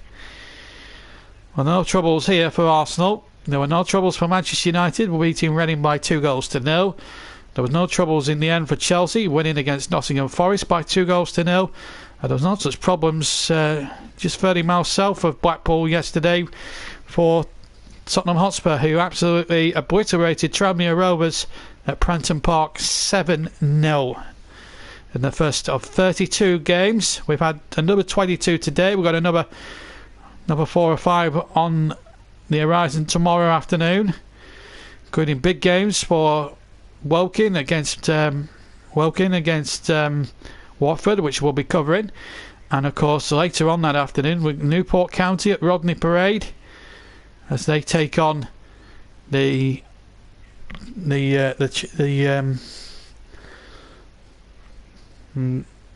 as they take on the former Premier League champions Leicester City. And on Monday, tie of the round arguably, Wolves take on Jurgen Klopp's league leaders Liverpool. Some big games still to come. Man City play at home to Rotherham, and I'm sure Russ will keep us abreast with that one as well. Should be an interesting game, and a few other ties to be decided. Took ages for the VAR decision to be made at Old Trafford, but they do have monitors available at Old Trafford. Well, they should make them if they're gonna. My beef with the FA is this: if they know that 10 games are going to be selected for VAR, then it's up to the people, the powers that be, to make sure that they have monitors on site for these games, like they did in every match of the World Cup. Now, I believe that's possible. Anyway, back to the game, and it's Arsenal on the attack inside the penalty area. Blackpool, the ball laid across and out for a corner of Spearing. We're inside the last 18 minutes, incidentally, of the game, and Mike Dean wants a word with somebody. He sent off Schindler for 2 yellows the other day, and he sent off Brady, I thought, very harshly. I know it was a professional foul. I felt that was a yellow card offence, and I think the referee, I thought Mike Dean on that occasion was a wee bit over the top and was looking to try and sort of alter the numbers more evenly. There's been a goal scored, and it's got a lot worse for Huddersfield Town fans. Josh Brownhill, the former Preston player, has just scored for Bristol City, and Lee Johnson's men lead Huddersfield Town, and David Wagner could have done with this being a win for them today, but they are losing, and are they the third Premier League team to tumble out of the FA Cup? Or maybe the fourth team. Newcastle are losing, so you know who. Here's Ramsey now, as the ball comes back towards halfway, and it's Richard Steiner. Rich Steiner does really well there. And now the ball is with Maitland-Niles. Arsenal 2-0 ahead. Konasiak now has it from the Gunners. Welby now takes possession. Now the ball back to Maitland-Niles. Good turn by him. Ainsley Maitland-Niles has scored.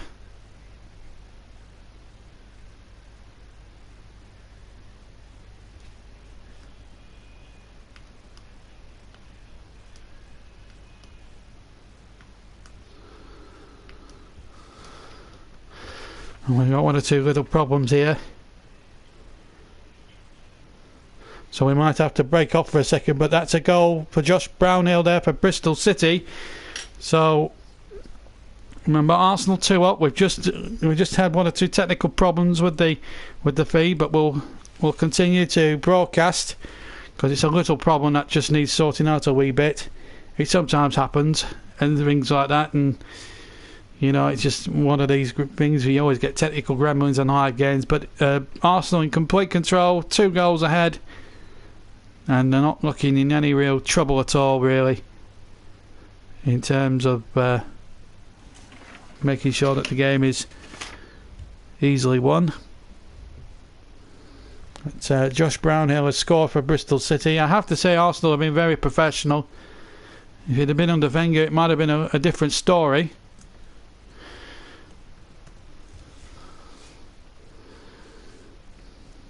But it wasn't to be.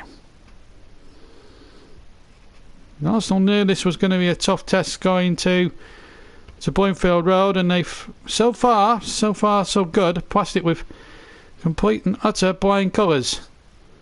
They've been resolute. They've been superb.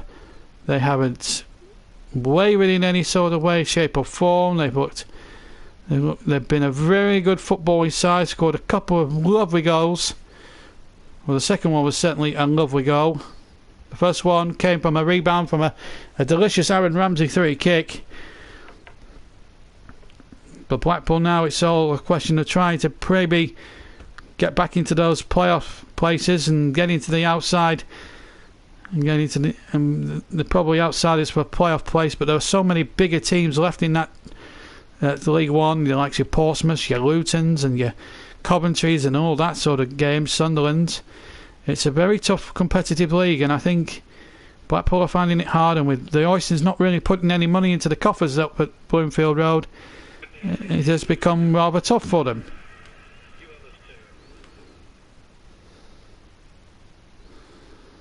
it has been rather tough for them, and you can't. And it has to be said that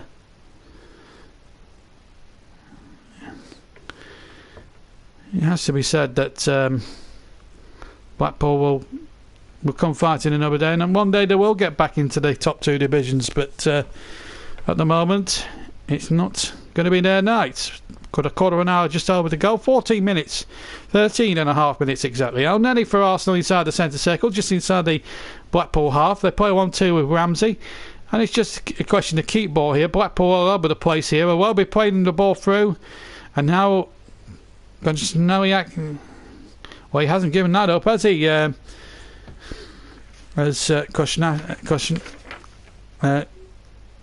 Kosnagniak, he's done really well. Here's the ball threaded in there towards Ramsey. Maitland-Niles trying to play a 1-2. Willock is in there. Lacazette will try and get the cross across the face of the goal. Good cross there from Alexander Lacazette, but it's hooked away. Some amazing skills here. And Arsenal playing football, really, that's a testament to them at the moment. They are a good footballing side. And when they're on their game, even with the fringe players that they've got in their team, which they have done tonight, and obviously Konashiak did really well, though. Amazing skills. I do apologise for the mispronunciations of those. I've covered him so many times. It's unbelievable. But there you go. It's what football does to you. Anyway, 2-0 to Arsenal. And apart from a good 5-minute spell from Blackpool, it's been really easy going for Arsenal. Well, Blackpool will just have to learn from the experience. In the 2 games they played against Arsenal in both Carabao and FA Cups, it's an aggregate now 4-1 to Arsenal. If it was an aggregate total over both games. As we're coming to the last 12 minutes of the game now, and no doubt at all now that the game, if Arsenal were to get a third, will be won. Or will be from Maitland-Niles' pass into the penalty area. Plays a 1-2 with Lacazette on the edge of the area. Now Willock going in to try and complete his hat-trick, but he can't succeed. And here's El Neni now inside the centre circle, 10 yards inside the Blackpool half. Blackpool 0, Arsenal 2 is the score. Willock now trying to play to Lacazette. Lacazette now holds the ball up, and Kosnagniak is in now. A chance here for Willock, who completes his hat-trick inside the 6-yard area. But he's offside, I think. The goal will not stand. Willock has been flagged offside. We can do the man of the match now if you like. You've got 10 minutes. Yes, I forgot about that because I've been so enthralled in the emotions of the cup today. Yes, we can do the vote now if you like, Mike. So what we'll do, the JB man of the match, just to remind you of the voting, pick your player and hashtag. This is very important for the vote to count. Pick the player you want to see claim the man of the match award, but do it with the hashtag JBMOTM, please. Okay? You must put that hashtag JBMOTM for the vote to actually count. The JB man in a match, and here's Lacazette on the run here. 2-0 to Arsenal, 10 to play. We'll announce the winner on the 90th minute mark here on the JB Clark YouTube channel. Pro to Arsenal. Just to remind you, if you haven't subscribed and would like to subscribe to this YouTube channel, hit the subscribe button, please. If you want the notifications to pop up on your computer or your laptop or your mobile phone, hit the bell button and you'll get first dibs on all new videos on the YouTube channel and new live streams. And we have a Facebook page, just to remind you if you haven't already, and I'll keep publicising this for the next few weeks. It's www.facebook.com/JBClaret. And 2 votes already for Joel Willock, 4 man in a match, and both count because they've used the hashtag. Both Mike and Russ both going for Joel Willock, and I think, I mean, if I was a man, I think, Ramsey's running close, but I think Willock has played really, really well today, and I don't think I think anyone deserves it more than Joe Willock. I think he's been absolutely superb on his day. Here's a chance now for Ramsey inside the area. Ramsey steps it towards goal, and Wobie will knock in the rebound, and we'll see Arsenal's passage through to the 4th round of this season's FA Cup. Good rake from Ramsey, just to the left of goal, hit the shot. The goalkeeper could only parry it towards the right-hand side, and at the far right-hand post came a Welby 2 yards out, easiest tap-in, and Arsenal, barring accidents now, are into the next round of the 2019 FA Cup. As Ramsey goes charging forward, might have been an inch of offside there maybe against a Welby, but the linesman kept his flag down. No VAR needed, I think, in this one. They haven't got VAR for this game. There are 10 games played over the course of the 3rd round that will have VAR, or have had VAR. But, well, it would have been interesting to know if VAR would have chalked this one off, but still, he did finish it, whether he was offside or not. And Arsenal were comfortably coming through as well. Anyway, so I'm not sure whether VAR would have had a bearing on that decision anyway, on the bearing on the outcome of this game. But Blackpool, they've tried their best, but Arsenal have just been too good for them on the day. And I think, well, he is offside, but there's no VAR, unfortunately, and for Blackpool, but the goal will stand.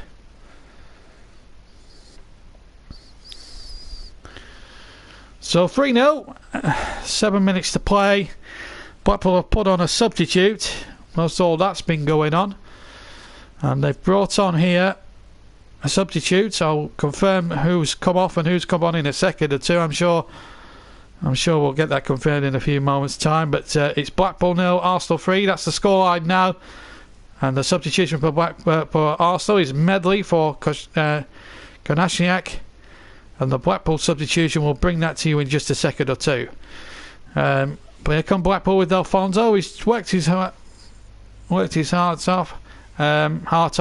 Davis has replaced Guandale, and as Mike just puts that on.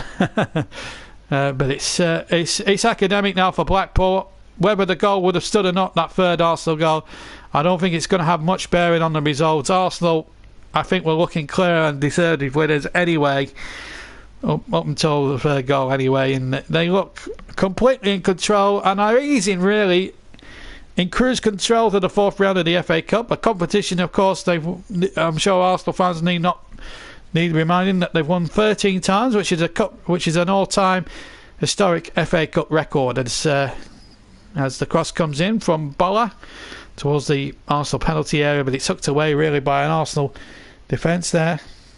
Well, Brownhill's scored at Ben Hamer's near post, so maybe that will go down as a mistake by goalkeeper Ben Hamer. So it's Bristol City. Looks as if they're going to win at Ashley Gate as a Welby breaks the Blackpool offside trap, and he's clean through on the goal. Still a Welby shoots. Good save by Howard. Stood up big, palmed it up in the air, and caught it at the second time of asking.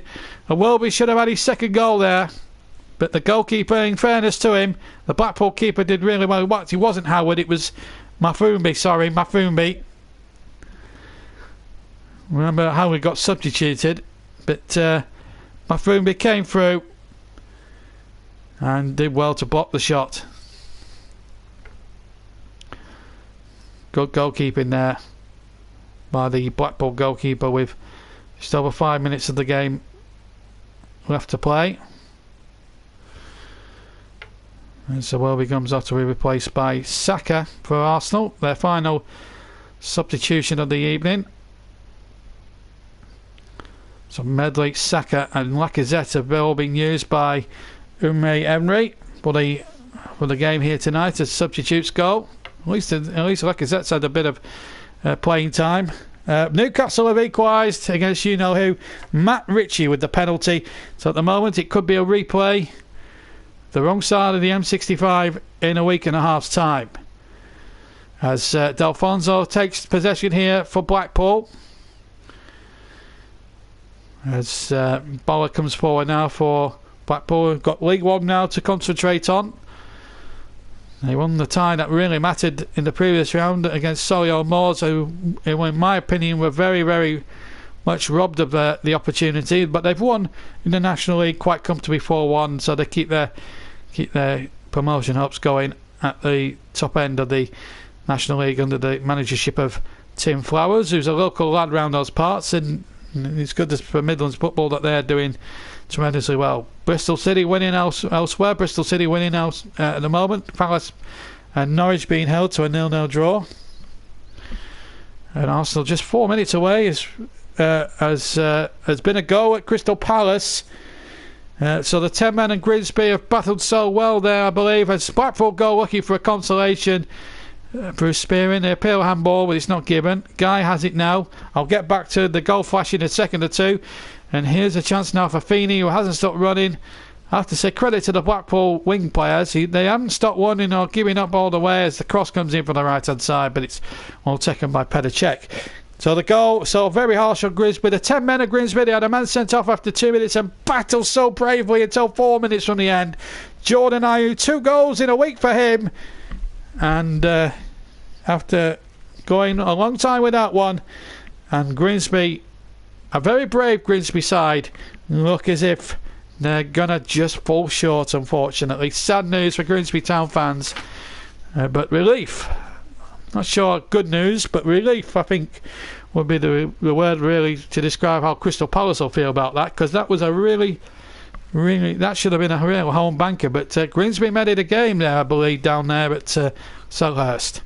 But there's been no goals in the Norwich game, but there has been a sending off. Hanley was sent off in the game at Carrow Road, but it's still goalless there, I believe. So there have been goals elsewhere. Arsenal looking for number 4 now as they come charging forward. There's about 2.5 minutes left. And to be quite honest, I'm going to announce the JB man of the match right now.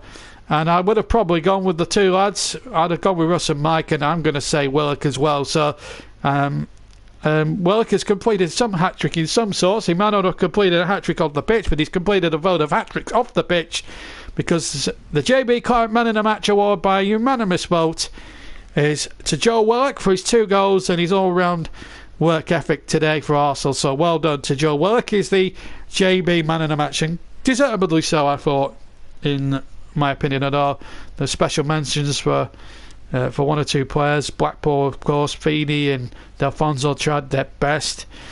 Spearing put a good shift in the midfield area. Welby's got a goal. Check whatever he's had to do, he's done efficiently. Hasn't made any mistakes. Made a big save at 0-0, of course, in the opening stages of the match. Delfonso goes in with a header. Welby winning the next ball. The ball knocked back by number 5, O'Connor. Away again. As Blackpool look to finish with a flourish, and Delfonso will burst down the right hand side, but Socrates was there before Delfonso could get there, and a corner's been given to Blackpool. I don't think Socrates can complain too much as Owen Oyston. He's dressed more for a rock concert than he is for a football game. Very outrageous man, Owen Oyston. He's had a colourful life, and I'm sure you guys will need not tell me what his crimes have been, as Pritchard takes the corner for Blackpool towards the far side and far post, and it's nodded away, and here's a Welby for Arsenal. Just running down the clock now, but here come Blackpool though. They're having a go now. They're trying to finish with a real flourish, but here goes the ball forward, and Ramsey's onside. Could he go around the keeper? Good goalkeeping there by Mafumbi, but it still might break here for Saka, but he's lost possession. It's very difficult for me to contemplate why people would want to wear number 87 for their squad numbers. Here's Delfonso. Corner kick to Blackpool, is it? No, a goal kick. It actually came off Nathan Delfonso last. Can you believe that? None of them, yeah, it did actually come off in last, as we see the opportunity there for possibly for a 4th-1. Saka, Fike stayed down against him, but to be fair to the substitute keeper Mafumbi, came off his line and read the situation pretty well. 40 minutes and we're almost past the first one of them. 3 minutes have been added at Palace and at Norwich. Looks like a win for Bristol City. looks like a draw at St James's Park. And it looks like a win here for Arsenal.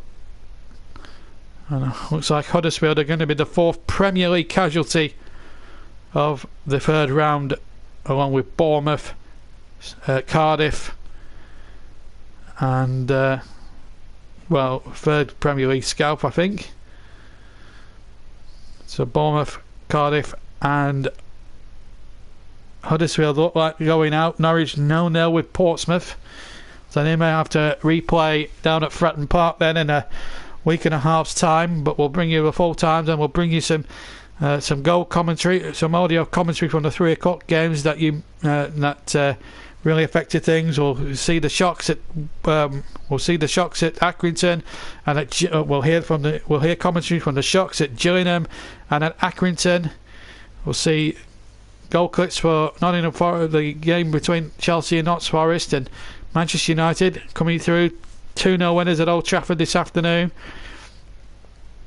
We'll have all that for you before we leave you tonight at around about, what time are we at now? Around about quarter to 8 o'clock tonight. Been a long day of real FA Cup action in the 3rd round proper, and Arsenal now looking to finish with a flourish. The long ball into the penalty area, and it won't reach Welby, who's actually fouled his man. Fouled Nottingham in the process of a free kick. We're now played halfway, now almost through the 4 added minutes, and 3 Premier League teams have now bitten the dust potentially here in this season's FA Cup at the first hurdle. Cardiff are definitely out. Bournemouth beaten by Brighton in the South Coast Derby 3-1 earlier today, and of course we have a shock on at Ashton Gate down in Bristol, where Bristol City are so close now to knocking out Huddersfield Town. Rock bottom of the Premier League. 8 successive defeats on the trot before tonight. That'll make that 9. 1 minute of stoppage time to go of the 4. We played 3 of the 4. And Blackpool looking to try and win or get themselves back in with a flourish, with a goal. Try and end this second half with a real flourish. They know they've been beaten, and they've fouled a Arsenal player. It's a Welby who's gone down injured in making a leaping challenge, and well, guy went at him. It was number 47 in fact. Medley was fouled. Full times, and I can confirm that Crystal Palace are through. Pocky Grimsby so desperately close to being knocked out, and Bristol City have knocked out Huddersfield, so Huddersfield become the 3rd Premier League casualty today as the whistle goes here at Bloomfield Road after Pedicek's free kick. Very, very routine in the end for Arsenal when they got in front through Joe Willock. Goal after 11 minutes and 37 minutes, and then in the last 20 minutes Arsenal got that 3rd one. Alex Iwobi adding a 3rd to make the score completely and utterly routine for Arsenal. And there's been a goal at Norwich, and it looks as if the challengers for promotion to the Premier League are being knocked out by the Championship, by the League One leaders. Andre Green with the goal. So when we all speculated it might be a replay down at Fratton Park, it looks as if Pompey are in the hat, and they've finished. And he's finished at Pompey. What a last minute. Well, what drama there in that game. But no dramas for Arsenal tonight. They're through, along with Spurs, Manchester United and Chelsea so far. Manchester City playing their match tomorrow against Rotherham, 2 o'clock kickoff. And of course, there will be Liverpool on Monday night playing surprise package Wolves in an old Premier League game, arguably the tie of the round down at Molineux. But no problems here for Arsenal in our live match tonight. 2-0 they led, 2-0, 3-0 they won. 2 goals for Willock and 1 for Welby. Well, it's been a great night of cup football, or a great day of cup football up and down the country. It's always, the 3rd round of the FA Cup always has a real special feeling to it, a real special day to it. And we have that we've had that in abundance here this afternoon. Arsenal fans, 5,000 of them making themselves as definitely heard. Don't go anywhere, because we're going to bring you some commentary snippets from some of the earlier games this afternoon, because we've got some drama to bring you from Accrington, from Gillingham, and I'm sure Panini would want to come on and chat with us there. So let's actually bring you some of the moments from the FA Cup so far this afternoon.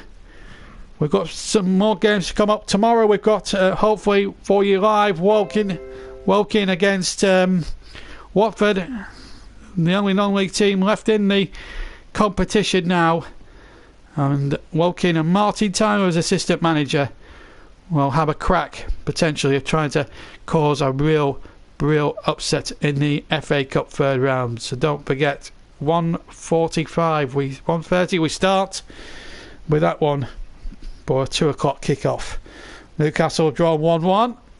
So let's have a look at what's been happening then, because we're going to start with one of the shocks of the day. We're going to start at Gillingham.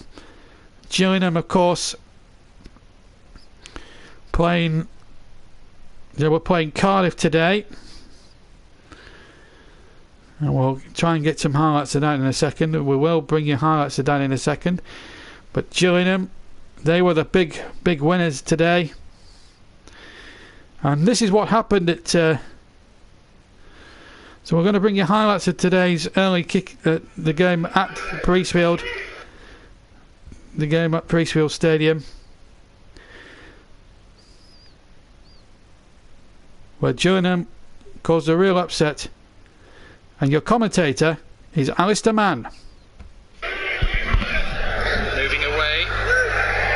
Lovely ball in. Here's Joe Bennett. First big chance of the game, and a block made by Holy, and the follow-up is blocked as well by Lacey, and the third one too. Triple attempt from Cardiff City, repelled by Gillingham. Lovely flick by Parker. Garmston now sends it in. Oh, it was a chance there for Eves in the centre. The flag has gone up anyway over on the far side of the pitch, but just for a moment there, it looked like that was just the sort of chance that Gillingham have been waiting for. Gillingham on the front foot once more. Garmston sends it across towards Eves, and it's just over the top of the bar.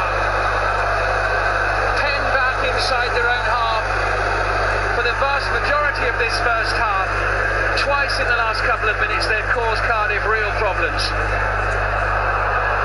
List heading it down was hoping to just nod it Callum Riley's way. Patterson chasing, Zakwani under pressure. Patterson could be in, but he can't find a way past Thomas Holy, and somehow Gillingham survived, but that could easily have been an opening goal for Cardiff there.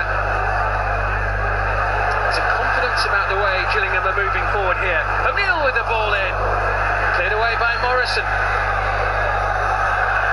O'Neill away from Murphy. Oh, it was a great chance. And Parker can't quite believe the ball hasn't ended up in the back of the net. Murphy now up against Lacey. He's done really well. Fine block by Zakwani. Here now is Mendes Lang, who slams it against the bar.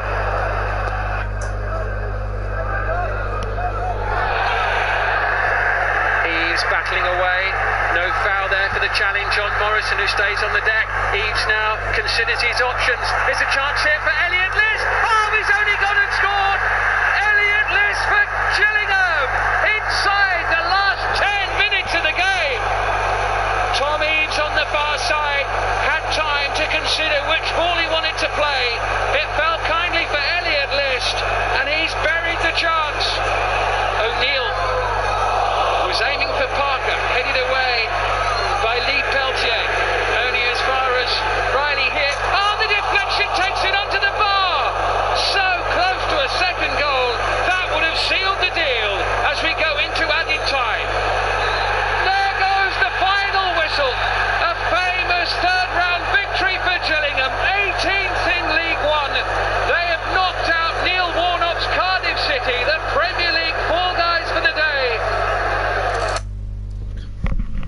was how it finished, and in fact the commentator was not Alistair Mann, it was Simon Brotherton. I do apologise there to everybody. So that was the situation at Gillingham. When I'm going to go about 400 miles north to East Lancashire now, and to a place that's very close to me, Accrington Stanley. They took on bottom. They were 13. Accrington Stanley were 13 in League One. They took on Ipswich Town, who are rock bottom of the Championship.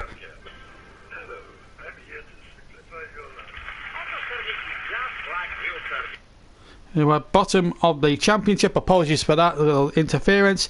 And the commentator this time is Alistair Mann.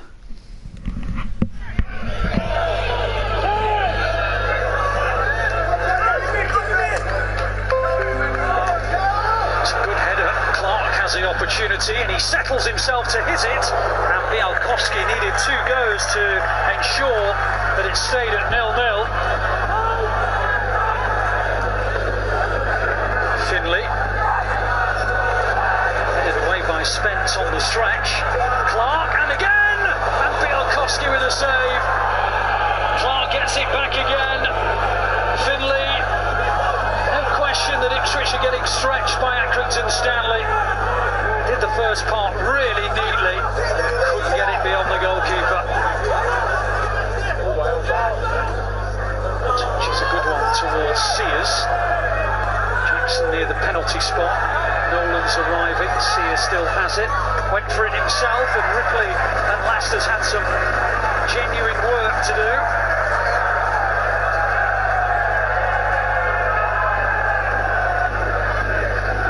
Say that if you had no idea which of these two sides were in the Championship, and just as I say that, it was a mistake by Richards Everton.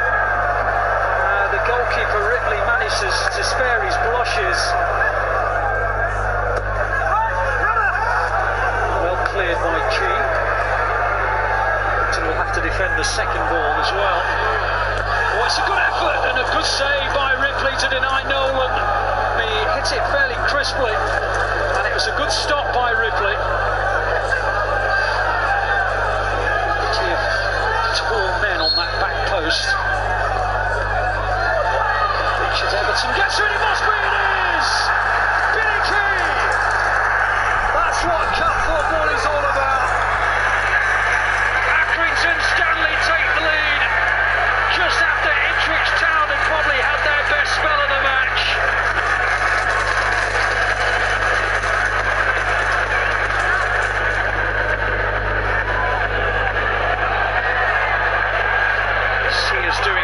First touch for Harrison. Sears! Oh, what a save! Goodness me, how did Sears not score? Ripley will tell you. He got in the way. Just had to be a goal. On it goes towards Sears, who's onside here. That's a great tackle. Still going, Sears. He's missed it. Oh, it fell to the man that Ipswich Town would have wanted it to. Their captain, their most experienced player, but he dragged his shot beyond the post, and Ipswich Town may well be on their way out. Indeed they were. What a famous victory there for Accrington Stanley. 1-0 winners, and they and Gillingham are the big movers and shakers for absolutely sure. Now we're going to bring you commentary highlights of today's one of the more thrilling games of the afternoon. It came at Pride Park between Derby County and Southampton. A real thriller minute, and the game. And we have a female commentator on this one. Your match commentator on this one coming from Vicky Sparks. Cedric with the throw. Flicked on towards Redmond. Latch onto it. Opportunity here for Nathan Redmond, and an own goal so early on for Derby County. Richard Keogh, who found the back of his own net in the Carabao Cup against Chelsea, again scores an own goal in a cup competition for Derby this season. Price swings it in. Strong punch by Roos. To Redmond. Danger not clear yet for Derby County. and so close to a second. Goodness me, how did that not go in? Southampton away though. Here is Dwayne Holmes for Derby. There'll be a late flourish to this first half. Marriott driven in just wide by Dwayne Holmes. Very, very close as he tried to pick his spot past gun. Austin, Redmond, space for target on the left if he uses him. Redmond still going and tries the shot, and that's a wonderful goal. No doubt about who that one belongs to. Nathan Redmond puts Southampton 2-0 up at Derby County. They scored early in the first half and they've done it again in the second. And that man once again at the heart of it all. Keller Roos, absolutely no chance. And Southampton double their lead. Here is Tom Lawrence. Dinks it back across for Marriott. And they've got a goal back. Jack Marriott with his 10th goal of the season brings Derby County right back into this one. And we have a game on our hands. Derby County 1, Southampton 2. That's good play. Derby steaming forward. Here is Lawrence. Tries the shot alone and finds the back of the net. 2-2. When he turns 25 next week, Tom Lawrence, that is an early birthday present to Sabre. And we're all square in the FA Cup. It's those goals, particularly the first one. Long will chase this though. Could be in around the back for Southampton. Shane Long trying to work the opportunity. Tamori with a good foot in. Davis still not cleared, and the header is straight at Keller Roos from Mohamed El Yunusi. Into the final minute of added on time. It will be the latest of late winners. Flicked on by Nugent. Big chance for Derby and Jack Marriott. If he can sort his feet out, he can't. Here is David Nugent though, and back to Marriott. That was the opportunity. That was the chance for glory. Nugent does well to keep it alive, but Marriott scoops it over the bar. 2-2 it finished in that one, and Derby did really well there to force a replay. Now we'll go to Goodison Park, where Danny Cowley's Lincoln City travelled there this afternoon. A big game, of course, in prospect for them. Remember, they got to the quarter-finals 2 years ago, and Stephen Wyeth was there, was the commentator at Goodison Park. Here's Bernard. Lookman on his return from injury. To get an early shot away. Adamola Lookman whistling just over the crossbar.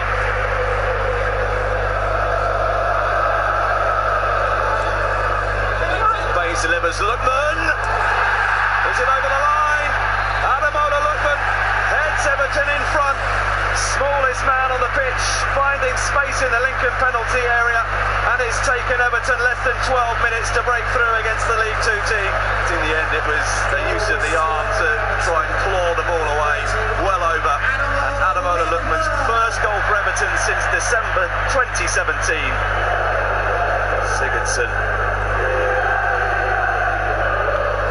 Bernard is in, and Bernard has made it 2-0. It's his first Everton goal, and the Premier League side already well on their way to the fourth round, and we've not played 15 minutes.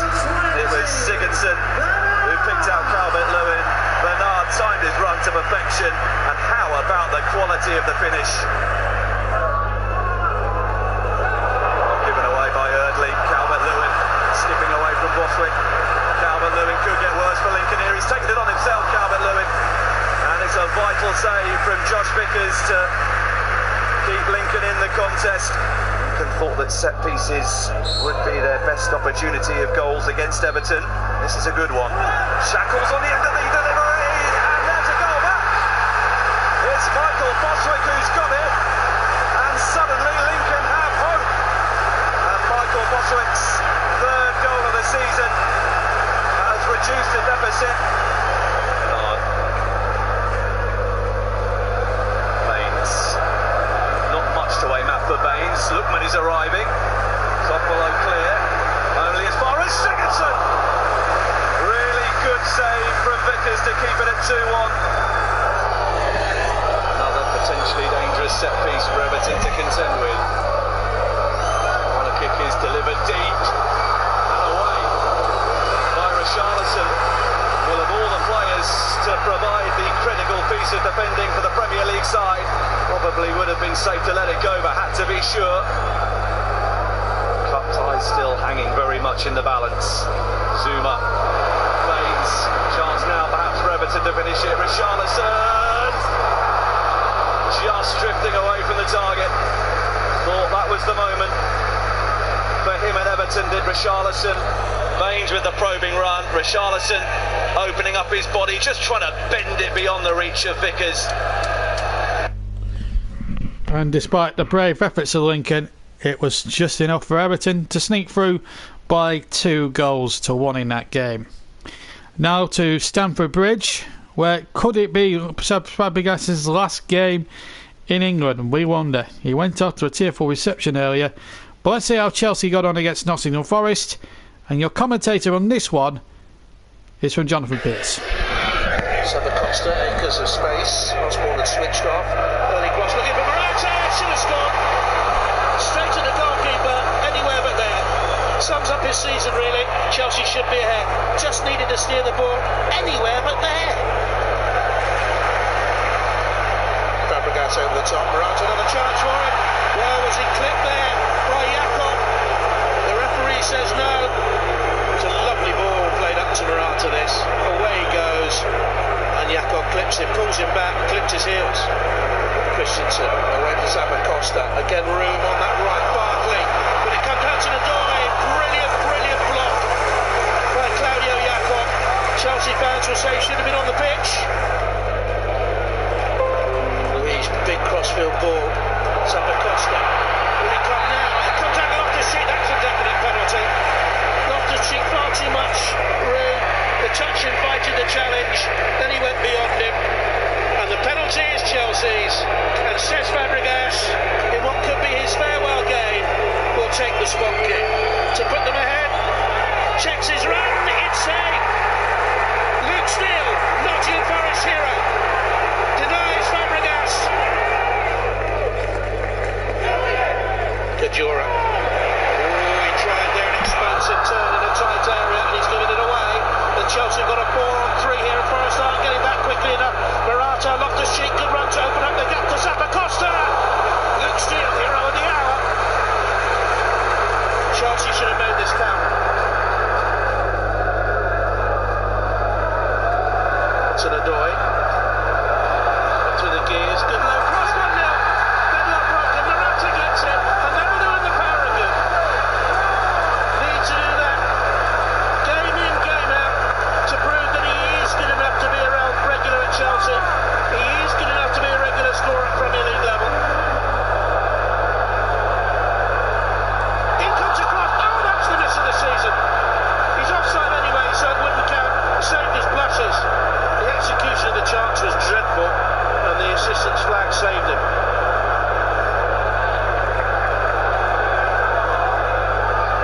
Hudson-Odoi, 2 men on him. Well, they didn't get anywhere near him. Looking for Morata! It's two. Is this the day his fortune turns? The horrible miss moments ago wouldn't have counted because of the offside flag. Morata's second of the game gives Chelsea control, and it's 2 goals in 10 minutes for him. This could be the departure from the English game of one of Europe's finest midfield players of the last decade and more. World champion, European champion with Spain, glittering career at Arsenal, and a fine career at Chelsea, and it's farewell almost certainly to Cesc Fabregas. Yes, he got a good ovation there Missed a penalty. Morata miss of the season, but still enough though for Chelsea to sneak past. Luke Steele notably had a good game there for Notts Forest. Let's have a look at what we can show you again. We'll also show you what happened. We'll also bring you commentary on what happened at Old Trafford, shall we? Manchester United against Reading, and the commentator for that one, Martin Fisher. Yes, possible shot on here.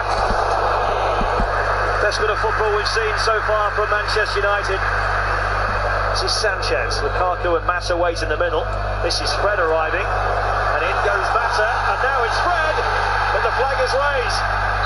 Now we do have VAR. Fred arriving away from Ilori. Now Lukaku looks offside, but I'm not sure that Fred was. Well, after all that, a penalty is the decision. Well, there's the challenge by Richards on Mata that the assistant referee Darren Cansaw flagged. VAR cleared it all up. Juan Mata against Yakola. Never looked like he was going to miss the opportunity. And Manchester United have the lead. Yakola goes the wrong way. And United on their way. And Fred has dispossessed Renamoto and has released Lukaku, who's got to get the better of Moore. In support of him is Mata. Lukaku goes himself, and Yakola produces a good stop.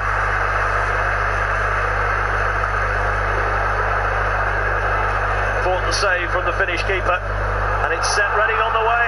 It's Harriet, Loader infield, he's onside. Loader with a great chance to equalise. He's gone very wide, he's gone too wide, and Romero blocks. What a chance for 18-year-old Danny Loader. Loader here decided to take it around the goalkeeper, and in doing so reduced the opportunity of finding the net. This was a glorious opportunity for Romelu Lukaku.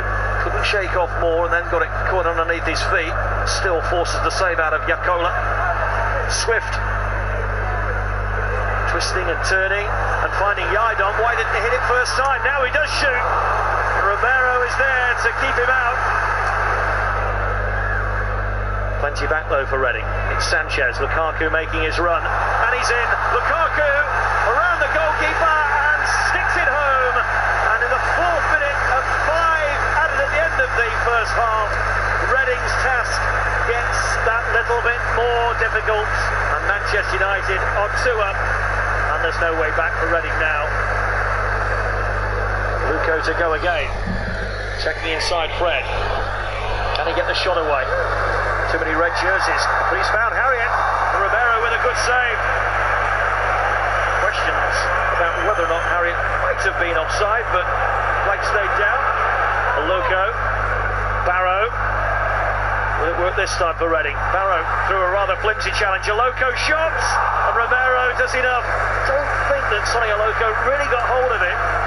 McTominay. And United finish with a flourish.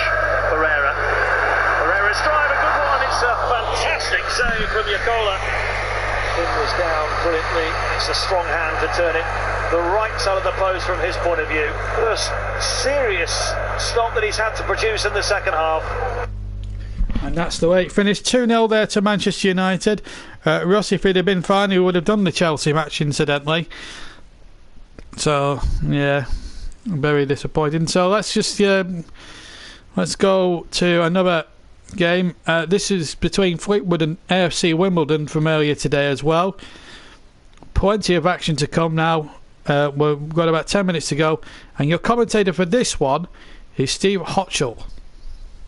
Heads it down.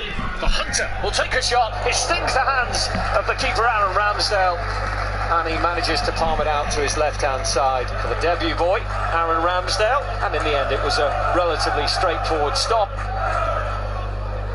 The season finished. Now long ball through. Ched Evans, edge of the area, tries to take the early shot. Second bite at the apple. Very nearly Fleetwood making a mark on this game. It was a terrific block from Terrell Thomas, which eventually denied Ched Evans, but you can see what a pest he can be.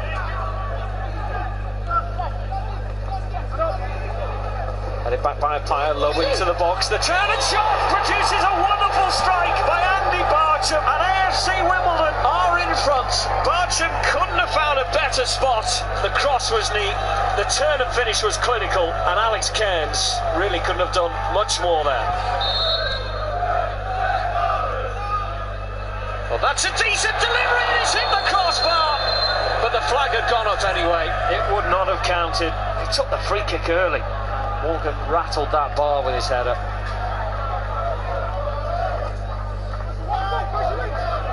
Sapaya making a nuisance of himself again, in behind Ashley Easton. He's teed down nicely, and that's a fantastic finish for Anthony Hartigan. The youngster has found the right-hand corner of the net with a superb strike. The size of the mountain for Joey Barton's team to climb now has just got considerably bigger. It's going to be Wallace. It is a good opportunity, and it's bundled in. Just about squeezed over the line by Fleetwood Town. The Wimbledon keeper Aaron Ramsdale did his very, very best. The delivery was pinpoint. James Wallace got a neat little header down, and then both Ched Evans and Paddy Madden were scrambling around trying to claim the goal. Joey Barton's team show the fight. Ched Evans now bursts away down the left side, comes inside his man. Oh, he's come down. The referee's taken a long look. Pointed to the spot, and just minutes after Paddy Madden's lifeline, Fleetwood now with the opportunity to equalise against AFC Wimbledon. It's Ched Evans to put this game all level at 2-2.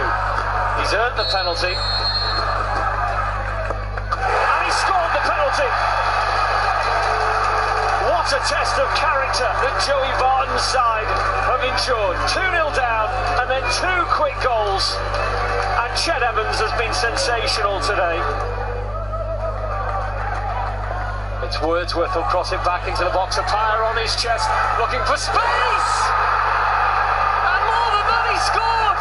Kwesi Appiah for AFC Wimbledon with just a minute on the clock. And Wally Downs' team that have been 2-0 up and will take back to 2-2, refused to lie down in the game. What a sensational FA Cup story. Yeah, unfortunate there for Joey Barton's side. AFC Wimbledon through a dramatic finish there, not too far away at Highbury Stadium. 3-2 that finished in the end. Right, let's go elsewhere now. Let's go to the South Coast and to AFC Bournemouth against Brighton Hove Albion, shall we? From earlier today. And this was a real South Coast derby. And the commentator on this one, who's going to be bringing you the commentary, is Gary Taphouse. Cut it out. Here's Ibe. First time he's had a little bit of space to run into. Still Ibe. And deflected behind for a corner. Well, it was really sloppy from Brighton. Well, there, Jordan Ibe. He's turned away from his man. Still Jordan Ibe. And still. Over. Oh, the clearest chance of the game by a mile. Well, this was brilliant from Ibe. Appeared to do everything right. Took Duffy out of the game. Fell to the Frenchman Mousset. And he really just had to get this on target. Clipped up by Stevens. Cook with the header. Locadia. Knockout! Well, it's Brighton's first real attempt of the first half, and Anthony Knockaert has drilled it past Artur Boruc. They have barely had an attack worthy of the name in this first half, but that is really well taken. Bissouma.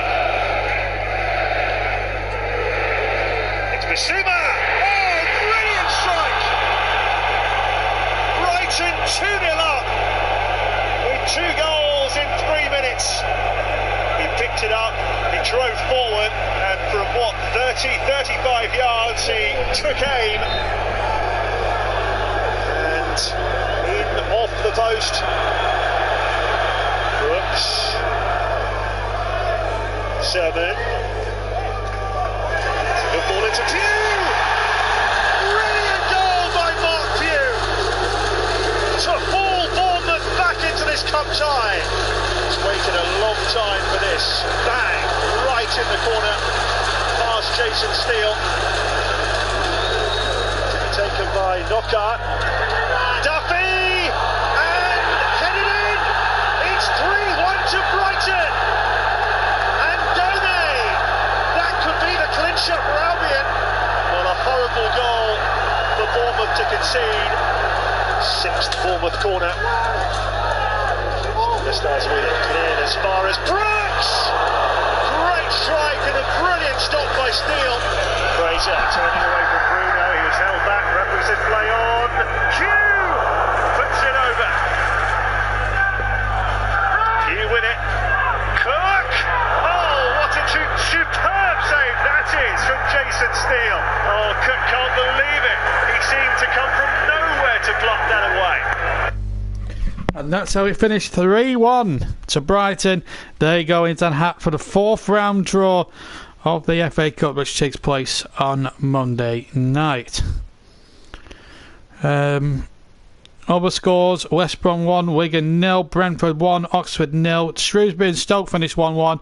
And of course we'll be bringing you commentary, full delay commentary of Burnley's match earlier today against Barnsley, so watch out for that over the weekend. So that's brought you up to date with the FA Cup today.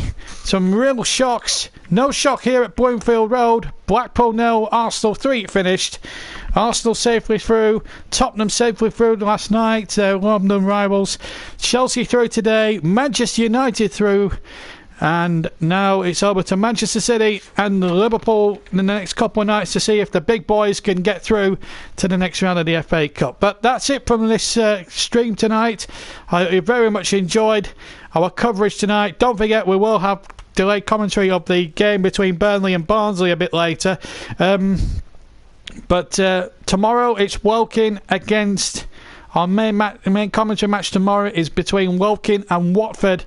So we're going to be parading the non-leaguers. Of course, assistant managed by Martin Tyler. And should be an absolute cracking atmosphere tomorrow. So that's our main feature tomorrow. But until then, have a fantastic day. Enjoy the rest of your Saturday night. From me, JB, we'll see you tomorrow. And we'll see you a bit later on as well for the Burnley game. But until then, take care. And we'll see you very, very soon. Till then, bye-bye.